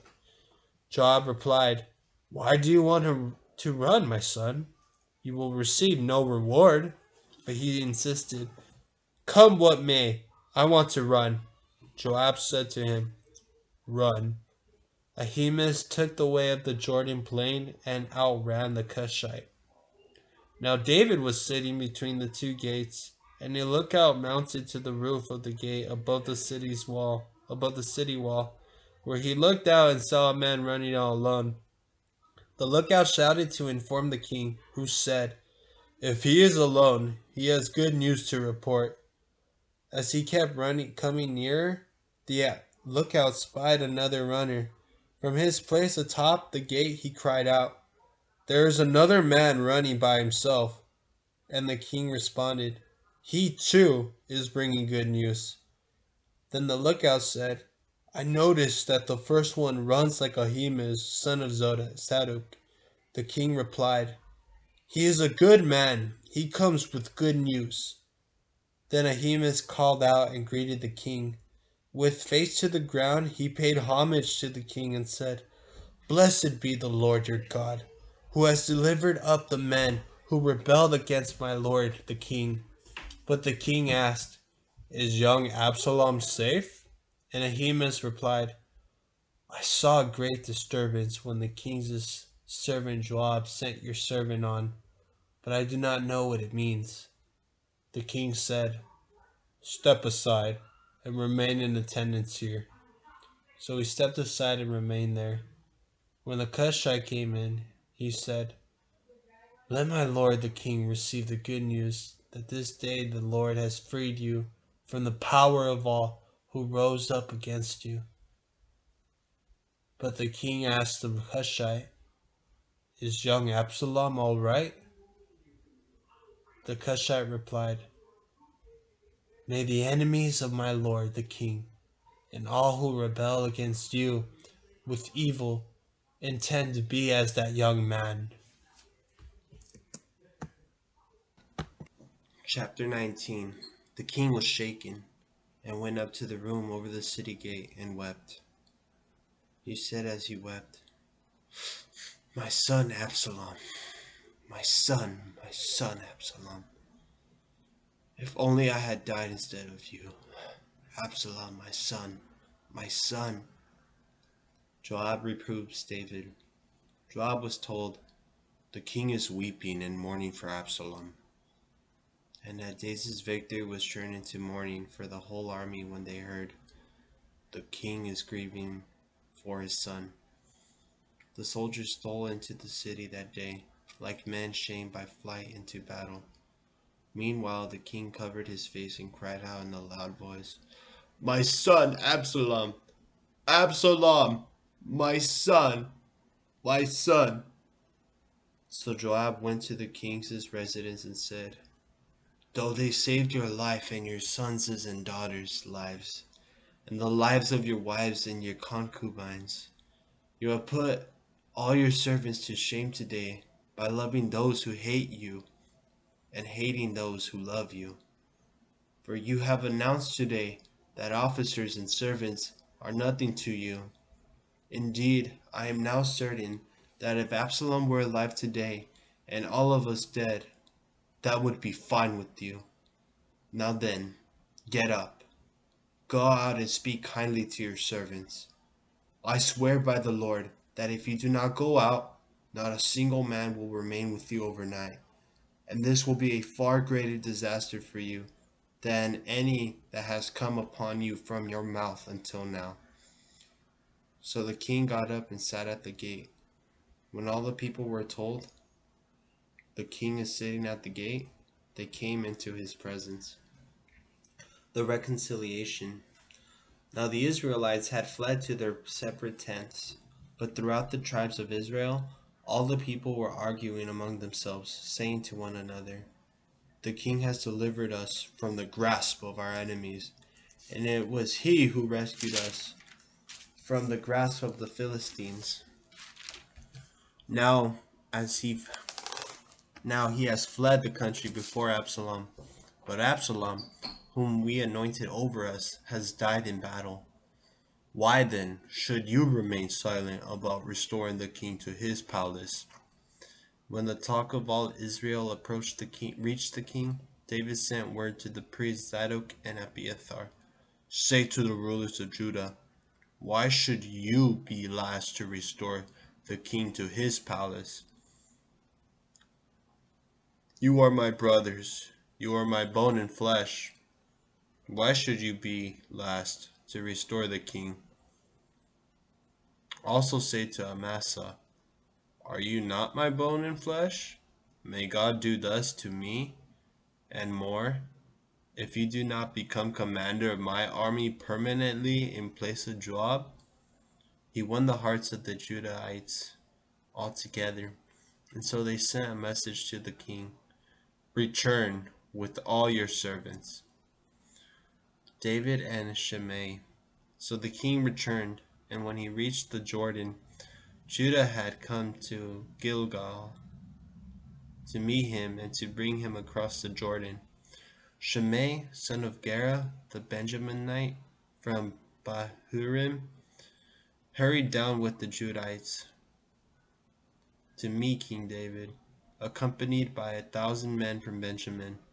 Zeba too, the servant of the house of Saul, accompanied by his 15 sons and 20 servants, hastened to the Jordan before the king. They crossed over the ford to bring the king's household over, and to do whatever he wished. When Shimei, son of Gera, crossed the Jordan, he fell down before the king and said to him, "May the Lord not hold me guilty. Do not remember or take to heart the wrong that your servant did the day my lord the king left Jerusalem. For your servant knows that I have done wrong. But I now am the first of the whole house of Joseph to come down today to meet my lord the king." But Abishai, son of Zeruiah, countered, "Shimei must not be put to death for this. He cursed the anointed of the Lord." David replied, "What has come between you and me, son of Zeruiah, that you would become my adversaries this day? Should anyone die today in Israel? Am I not aware that today I am king over Israel?" Then the king said to Shimei, "You shall not die." And the king gave him his oath. David and Meribah. Meribah, son of Saul, also went down to meet the king. He had not cared for his feet, nor trimmed his mustache, nor washed his clothes from the day the king left until he returned safely. When he came from Jerusalem to meet the king asked him, "Why did you not go with me, Meribah?" He replied, "My lord king, my servant deceived me. For your servant said to him, 'Saddle the donkey for me, that I may ride on it and go with the king.' Your servant is lame." But he slandered your servant before my lord the king. But my lord the king is. But the lord the king is like an angel of God. Do whatever seems good to you. For though my father's entire house deserves only death from my lord the king, yet you placed your servant among those who eat at your table. What right do I still have to make further appeal to the king?" But the king said to him, "Why do you go on talking? I say, you and Zeba shall divide the property." Meribah answered the king, "Indeed, let him take it all, that now that my lord the king has returned safely to his house." David and Barzillai.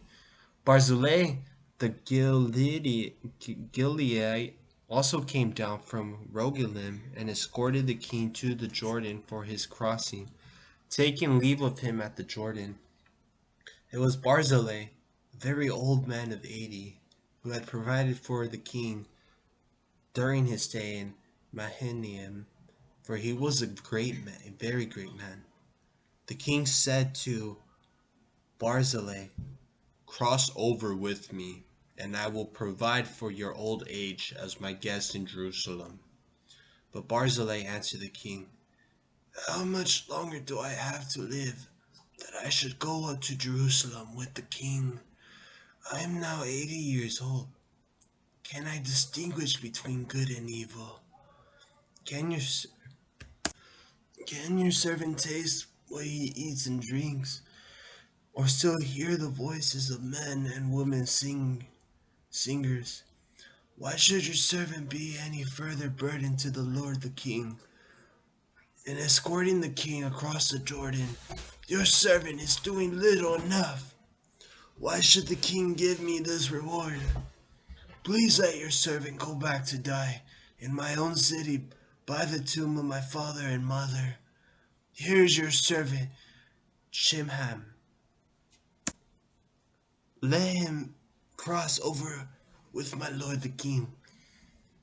Do for him whatever seems good to you. Then the king said to him, Shimham shall cross over with me, and for him I will do whatever seems good to you, and anything else you would like to do for you, I will me to do for you, I will do. Then all the people crossed over the Jordan, but the king remained. He kissed Barzillai and bade him farewell as he returned to his own place. Finally, the king crossed over to Gilgal, accompanied by Shimham. Israel and Judah quarrel. All the people of all of the people of Judah and half of the people of Israel had escorted the king across. But then all these Israelites began coming to the king and saying, Why did our brothers, the Judites, steal you away and bring the king and his household across the Jordan, along with all Davidson's men? All the Judites replied to the men of Israel, Because the king is our relative. Why are you angry over this? Have we had anything to eat at the king's expense? Or have portions from his table been given to us? The Israelites answered the Judites, We have 10 shares in the king. Also, we are the firstborn rather than you. Why do you slight us? Were we not first to speak of restoring our king? Then the Judites in turn spoke even more fiercely than the Israelites. Chapter 20. Sheba's Rebellion. Now a scoundrel named Sheba, the son of Bichri, a Benjaminite, happened to be there. He sounded the horn and cried out, We have no share in David, nor any heritage in the son of Jesse. Everyone to your tents, O Israel. So all the Israelites left David to follow Sheba, son of Bichri. But the Judahites from the Jordan to Jerusalem remained loyal to their king. David came to his house in Jerusalem, and the king took the 10 concubines whom he had left behind to care for the palace and placed them under guard. He provided for them, but never again saw them, and so they remained shut away to the day of their death, lifelong widows. Amasa death. Then the king said to Amasa, Summon the Judites for me within 3 days. Then present yourself here. Accordingly, Amasa set out to summon Judah, but delayed before the time set for him. Then David said to Abishai, Sheba, son of Bichri, may now do us more harm than Absalom did. Take the Lord's servants and pursue them, lest he find fortified cities and take shelter while we look on. So Joab and the Cherethites and Pelethites and all the warriors marched out behind Abishai from Jerusalem to campaign in pursuit of Sheba, son of Bichri. They were at the great stone in Gibeon when Amasa met them. Now Joab had a belt over his tunic, from which was slung a sword in its sheath at his thigh. The sword would slide out downwards. Joab asked Amasa, Is everything all right, my brother? And with his right hand held Amasa's beard as if to kiss him. And since Amasa was not on his guard against the sword in Joab's other hand, Joab stabbed him in the abdomen with it, so that his entrails burst forth to the ground, and he died. There was no second thrust. Then Joab and Abishai his brother pursued Sheba, son of Bichri. One of Joab's attendants stood by Amasa and said, Let him who favors Joab and his for David followed Joab. Amasa lay covered with blood in the middle of the high road, and the man noticed that all the soldiers were stopping. So he rolled Amasa away from the road to the field and spread a garment over him, because he saw how all who came upon him were stopping. When he had been removed from the road, everyone went on after Joab in pursuit of Sheba, son of Bichri. Joab pursues Sheba. Sheba had passed through all the tribes of Israel to Abel Bethmaachah. Then all the Bichrites assembled, and they too entered the city after him. So all Joab's troops came and besieged him in Abel Bethmaachah. They built up a mound against the city, so that it stood against the ramparts, and were battering the wall to knock it down. Then a wise woman from the city called out, "Listen, listen, tell Joab, come here, so I can speak with you." When Joab had come near her, the woman said, "Are you Joab?" And he replied, "Yes." She said to him, "Listen to what your servant has to say." He replied, "I am listening." Then she went on to say, "There is a saying from long ago, 'Let them ask if they will in Abel or in Dan, whether loyalty is finished or ended in Israel.' You are seeking to batter down a city that is a mother in Israel. Why do you wish to swallow up the heritage of the Lord?" Joab answered, "Not at all. Not at all. I do not wish to swallow or batter anything. That is not the case at all. A man from the hill country of Ephraim, whose name is Sheba, son of Bichri, has rebelled against King David. Give him up, just him, and I will withdraw from the city." Then the woman said to Joab, "His head shall be thrown to you across the wall." In her wisdom, the woman went to all the people, and they cut off the head of Sheba, son of Bichri, and threw it out to Joab. He then sounded the horn, and they scattered from the city to their own tents, while Joab returned to Jerusalem to the king. David's officials. Joab was in command of the whole army of Israel. Benaiah, son of Jehoiada, was in command of the Cherethites and Pelethites. Adoram was in charge of the forced labor. Jehoshaphat, son of Ahilud, was the counselor. Shaasha was the scribe. Zadok and Abiathar were priests. Ira, the Jairite, was also David's priest. 5 Appendixes. Chapter 21. Gibeonite vengeance. In David's time there was a famine for 3 years, year after year. David sought the presence of the Lord, who said, "There is blood guilt on Saul and his family because he put the Gibeonites to death." So the king called the Gibeonites and spoke to them. Now the Gibeonites were not Israelites, but survivors of the Amorites. And although the Israelites had given them their oath, Saul had sought to kill them off in his zeal for the Israelites and for Judah. David said to the Gibeonites, "What must I do for you, and how must I make atonement, that ye may bless the heritage of the Lord?" The Gibeonites answered him, "We have no claim against Saul and his house for silver or gold, nor is it our place to put anyone to death in Israel." Then he said, I will do for you whatever you propose." They said to the king, "As for the man who was exterminating us, and who intended to destroy us, that we might have no place in all the territory of Israel, let 7 men from among his descendants be given to us, that we may execute them before the Lord in Gibeon, on the Lord's mountain." The king replied, "I will give them up."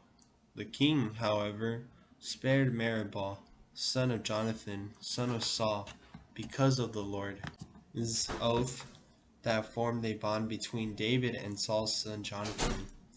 But the king took Armoni and Meribah, the two sons that Aiah's daughter Rizpah had borne to Saul, and the 5 sons of Saul's daughter Merab, that she had borne to Adriel, son of Barzillai, the Meholethite, and delivered them into the power of the Gibeonites, who then executed them on the mountain before the Lord. The 7 fell at the one time. They were put to death during the first days of the harvest, that is, at the beginning of the barley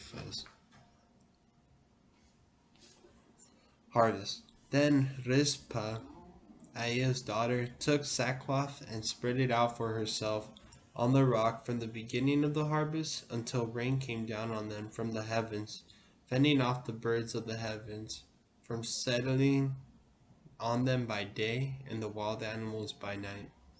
When David was informed of what Rizpah, Aiah's daughter, the concubine of Saul, had done, he went and obtained the bones of Saul and of his son Jonathan from the citizens of Jabesh Gilead, who had stolen them away secretly from the public square of Bethshan.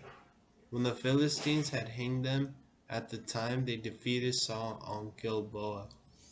When he had brought up from there the bones of Saul and of his son Jonathan, the bones of those who had been executed were also gathered up. Then the bones of Saul and of his son Jonathan were buried in the land of Benjamin at Zelah, in the tomb of his father Kish. After all that the king commanded had been carried out, God granted relief to the land. Exploits in Philistine wars. There was another battle between the Philistines and Israel. David went down with his servants and fought the Philistines, but David grew tired. Dadu, a descendant of the Rephaim, whose bronze spear weighed 300 shekels, was about to take him captive. Dadu was girt with a new sword and thought he would kill David, but Abishai, son of Zeruiah, came to help him and struck and killed the Philistine. Then David's men swore to him, "You must not go out to battle with us again, lest you quench the lamp of Israel." After this there was another battle with the Philistines in Gob. On that occasion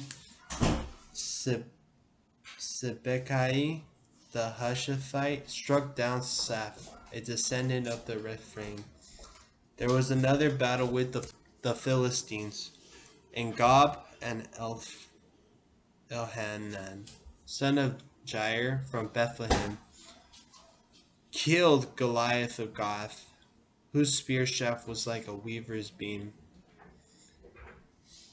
There was another battle at Gath, and there was a giant who had 6 fingers on each hand and 6 toes on each foot, 24 in all. He too was descended from the Rephaim. And when he insulted Israel, Jonathan, son of David's brother Shimei, struck him down. These 4 were descended from the Rephaim and Gath, and they fell at the hands of David and his servants. Chapter 22. Song of Thanksgiving. David proclaimed the words of this song to the Lord when the Lord had rescued him from the grasp of all his enemies and from the grasp of Saul. He said, "O Lord, my rock, my fortress, my deliverer, my God, my rock of refuge, my shield, my saving horn, my stronghold, my refuge, my Savior, from violence you keep me safe.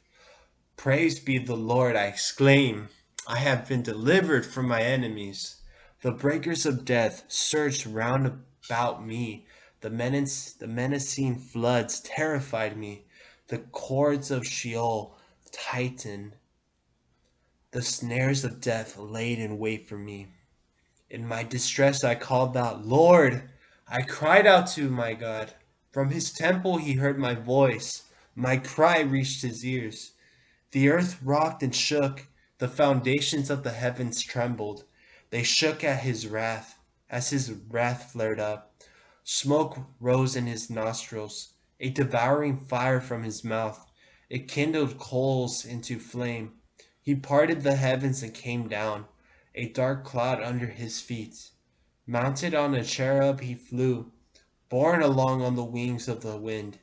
He made darkness the cover about him, a mass of water, heavy thunderheads. From the brightness of his presence, coals were kindled to flame. The Lord thundered from Mount Heaven. The Most High made his voice resound. He let fly arrows and scattered them, lightning and dispersed them. Then the bed of the sea appeared. The world's foundations lay bare. At the roar of the Lord, at the storming breath of his nostrils. He reached down from on high and seized me, drew me out of the deep waters. He rescued me from my mighty enemy, from foes too powerful for me. They attacked me on a day of distress, but the Lord came to my support. He set me free in the open. He rescued me because he loves me. The Lord acknowledged my righteousness, rewarded my clean hands. For I kept the ways of the Lord. I was not disloyal to my God. His laws were all before me. His decrees I did not cast aside. I was honest toward him. I was on guard against sin. So the Lord rewarded my righteousness, the cleanness of my hands in his sight. Toward the faithful, you are faithful. To the honest, you are honest. Toward the sincere, you are sincere. But to the perverse, you are devious. Humble people you save, though on the haughty your eyes look down. You are my lamp, O Lord. My God brightens the darkness about me. Without you I can rush an armed band. With my God to help I can leap a wall. God's way is unerring. The Lord's promise is tried and true. He is a shield for all who trust in him. Truly, who is God except the Lord? Who but our God is the rock? This God who girded me with might, kept my way unerring, who made my feet swift as a deer's, set me safe on the heights, who trained my hands for war, my arms to bend even a bow of bronze. You have given me your protecting shield, and your help has made me great. You gave me room to stride. My feet never stumbled. I pursued my enemies and overtook them. I did not turn back till I destroyed them. I struck them down, and they did not rise. They fell dead at my feet. You girded me with strength for war, subdued adversaries at my feet. My foes you put to flight before me. Those who hated me I destroyed. They cried for help, but no one saved them. Cried to the Lord, but got no answer. I ground them fine as the dust of the earth. Like mud in the streets I trod them down. You rescued me from the strife of my people. You made me head over nations. A people I had not known became my slaves. Foreigners cringed to me, before me. As soon as they heard of me, they obeyed. Their courage failed. They came trembling from their fortress. The Lord lives. Blessed be my rock. Exalted be God, the rock of my salvation. O God, who granted me vindication, subdued peoples under me, and helped me escape from my enemies. Truly you have exalted me above my adversaries. From the violent you have rescued me. Thus I will proclaim you, Lord, among the nations. I will sing the praises of your name. You have given great victories to your king. and shown kindness to your anointed, to David and his posterity forever. Chapter 23. The last words of David. These are the last words of David. The oracle of David, son of Jesse, the oracle of the man God raised up, anointed of the God of Jacob, favorite of the mighty one of Israel. The Spirit of the Lord spoke through me. His word was on my tongue. The God of Israel spoke of me. The rock of Israel said, one who rules over humankind with justice, who rules in the favor of God, is like the light at sunrise on a cloudless morning, making the land's vegetation glisten after rain. Is not my house firm before God? He has made an eternal covenant with me, set forth in detail and secured. Will he not bring to fruition all my salvation and my every desire? But the wicked are all like thorns to be cast away. They cannot be taken up by hand. One wishing to touch them must be armed with iron or the shaft of a spear. They must be utterly consumed by fire. David's warriors. These are the names of David's warriors. Ishmael, the son of Hecamoni, chief of the three. He brandished his spear over 800 whom he had slain in a single encounter. Next to him was Eleazar, the son of Dodo, the Ahohite, one of the three warriors with David at Ephes Dammim, when they insulted the Philistines who retreated. But they stood there and struck down the Philistines until his land grew tired from clutching the sword. The Lord brought about a great victory on that day. The army turned back to rejoin Eleazar, but only to strip the slain. Next to him was Shammah, son of Agi the Herite. The Philistines had assembled at Lehi, where there was a plot of land full of lentils. The people were fleeing before the Philistines, but he took his stand in the middle of the plot, kept it safe, and cut down the Philistines. Thus the Lord brought about a great victory. Such deeds as these the three warriors performed. 3 of the 30 chiefs went down to David in the cave of Adullam during the harvest, while a Philistine clan was encamped in the valley of Rephaim. David was then in the stronghold, and there was a garrison of Philistines in Bethlehem. Now David had a craving and said, if only someone would give me a drink of water from the cistern by the gate of Bethlehem. Thereupon the 3 warriors broke through the encampment of the Philistines, drew water from the cistern by the gate of Bethlehem, and carried it back to David. But he refused to drink it, and instead poured it out to the Lord, saying, the Lord forbid that I do such a thing.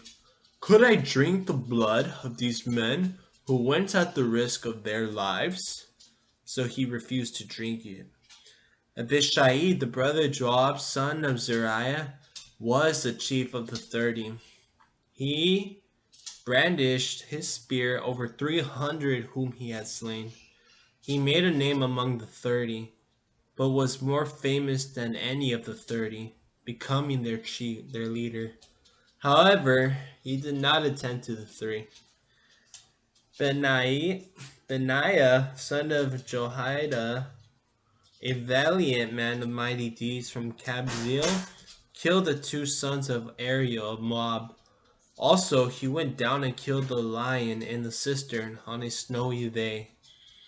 He likewise slew an Egyptian, a huge man. The Egyptian carried a spear, But Benaiah came against him with the staff. He wrestled the spear from the Egyptian's hand and killed him with that spear.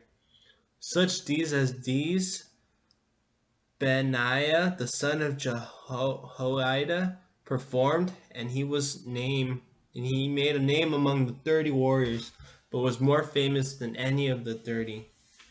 However, he did not attain to the three. David put him in charge of his bodyguard. Asahel, brother of Joab, was among the 30. Elhanan, son of Dodo from Bethlehem.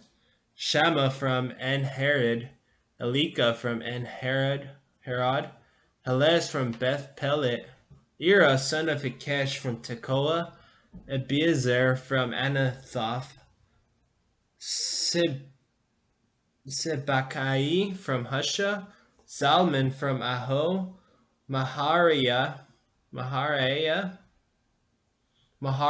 from Netophah, Heled son of Banah from Netophah, Ittai son of Ribai from Gibeah of Benjamin, Benaiah from Pirathon, Hidai from the valley of Gash, Abibal from Beth Arabah, Asmaveth from Bahirum, Eliapha from Shalbon, Jashin the Gunite, Jonathan son of Shammah the Herite, Ahiam son of Sharar the Herite,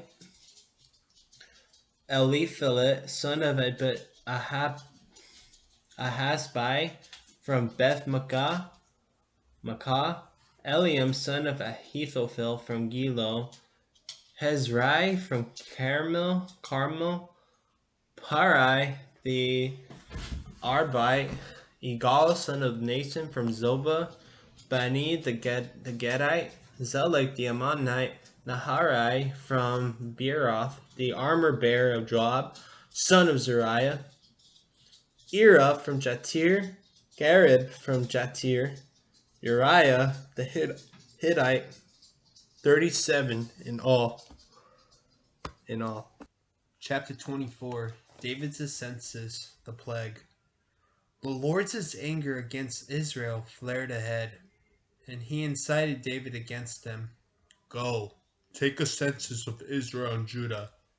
The king therefore said to Joab and the leaders of the army who were with him, tour all the tribes of Israel from Dan to Beersheba, and register the people, that I may know their number.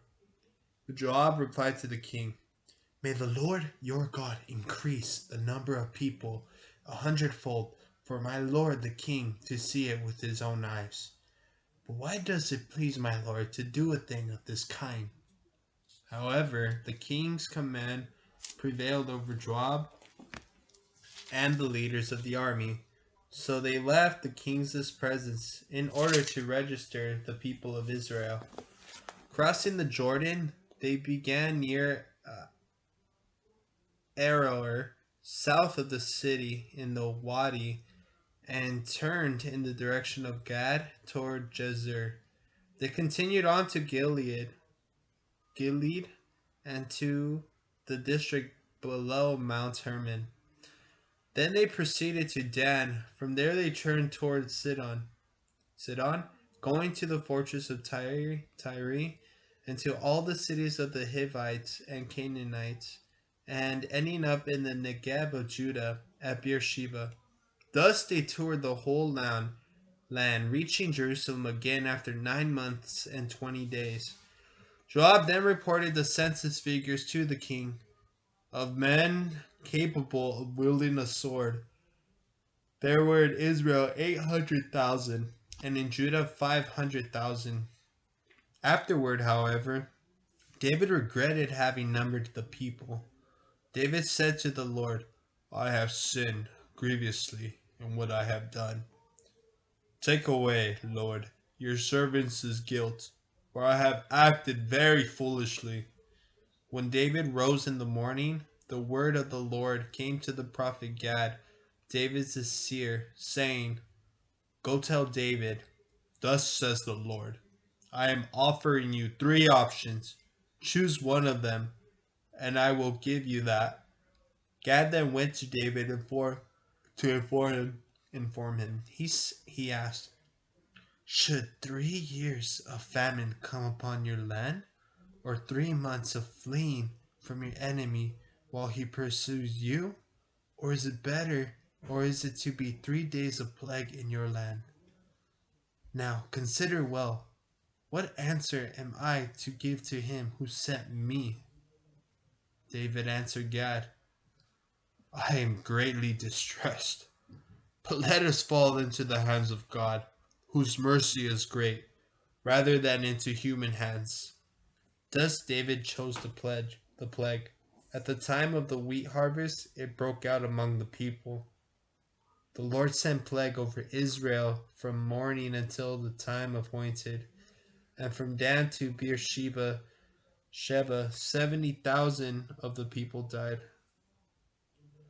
But when the angel stretched forth its hand toward Jerusalem to destroy it, the Lord changed his mind about the calamity, and said to the angel causing the destruction among the people, enough now, stay your hand.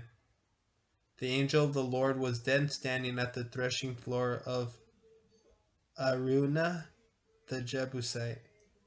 When David saw the Jebusite, when David saw the angel who was striking the people, he said to the Lord, it is I who have sinned. It is I, the shepherd, who have done wrong. But these sheep, what have they done? Strike me and my father's family. David offers sacrifices. On the same day, Gad went to David and said to him, go and set up an altar to the Lord on the threshing floor of Araunah the Jebusite. According to Gad's word, David went up as the Lord had commanded. Now Araunah looked down and saw the king and his servants coming toward him while he was threshing wheat. So he went out and bowed down before the king, his face to the ground. Then Araunah asked, why does my lord the king come to his servant? David replied, to buy a threshing floor from you, to build an altar to the Lord, that the plague may be withdrawn from the people.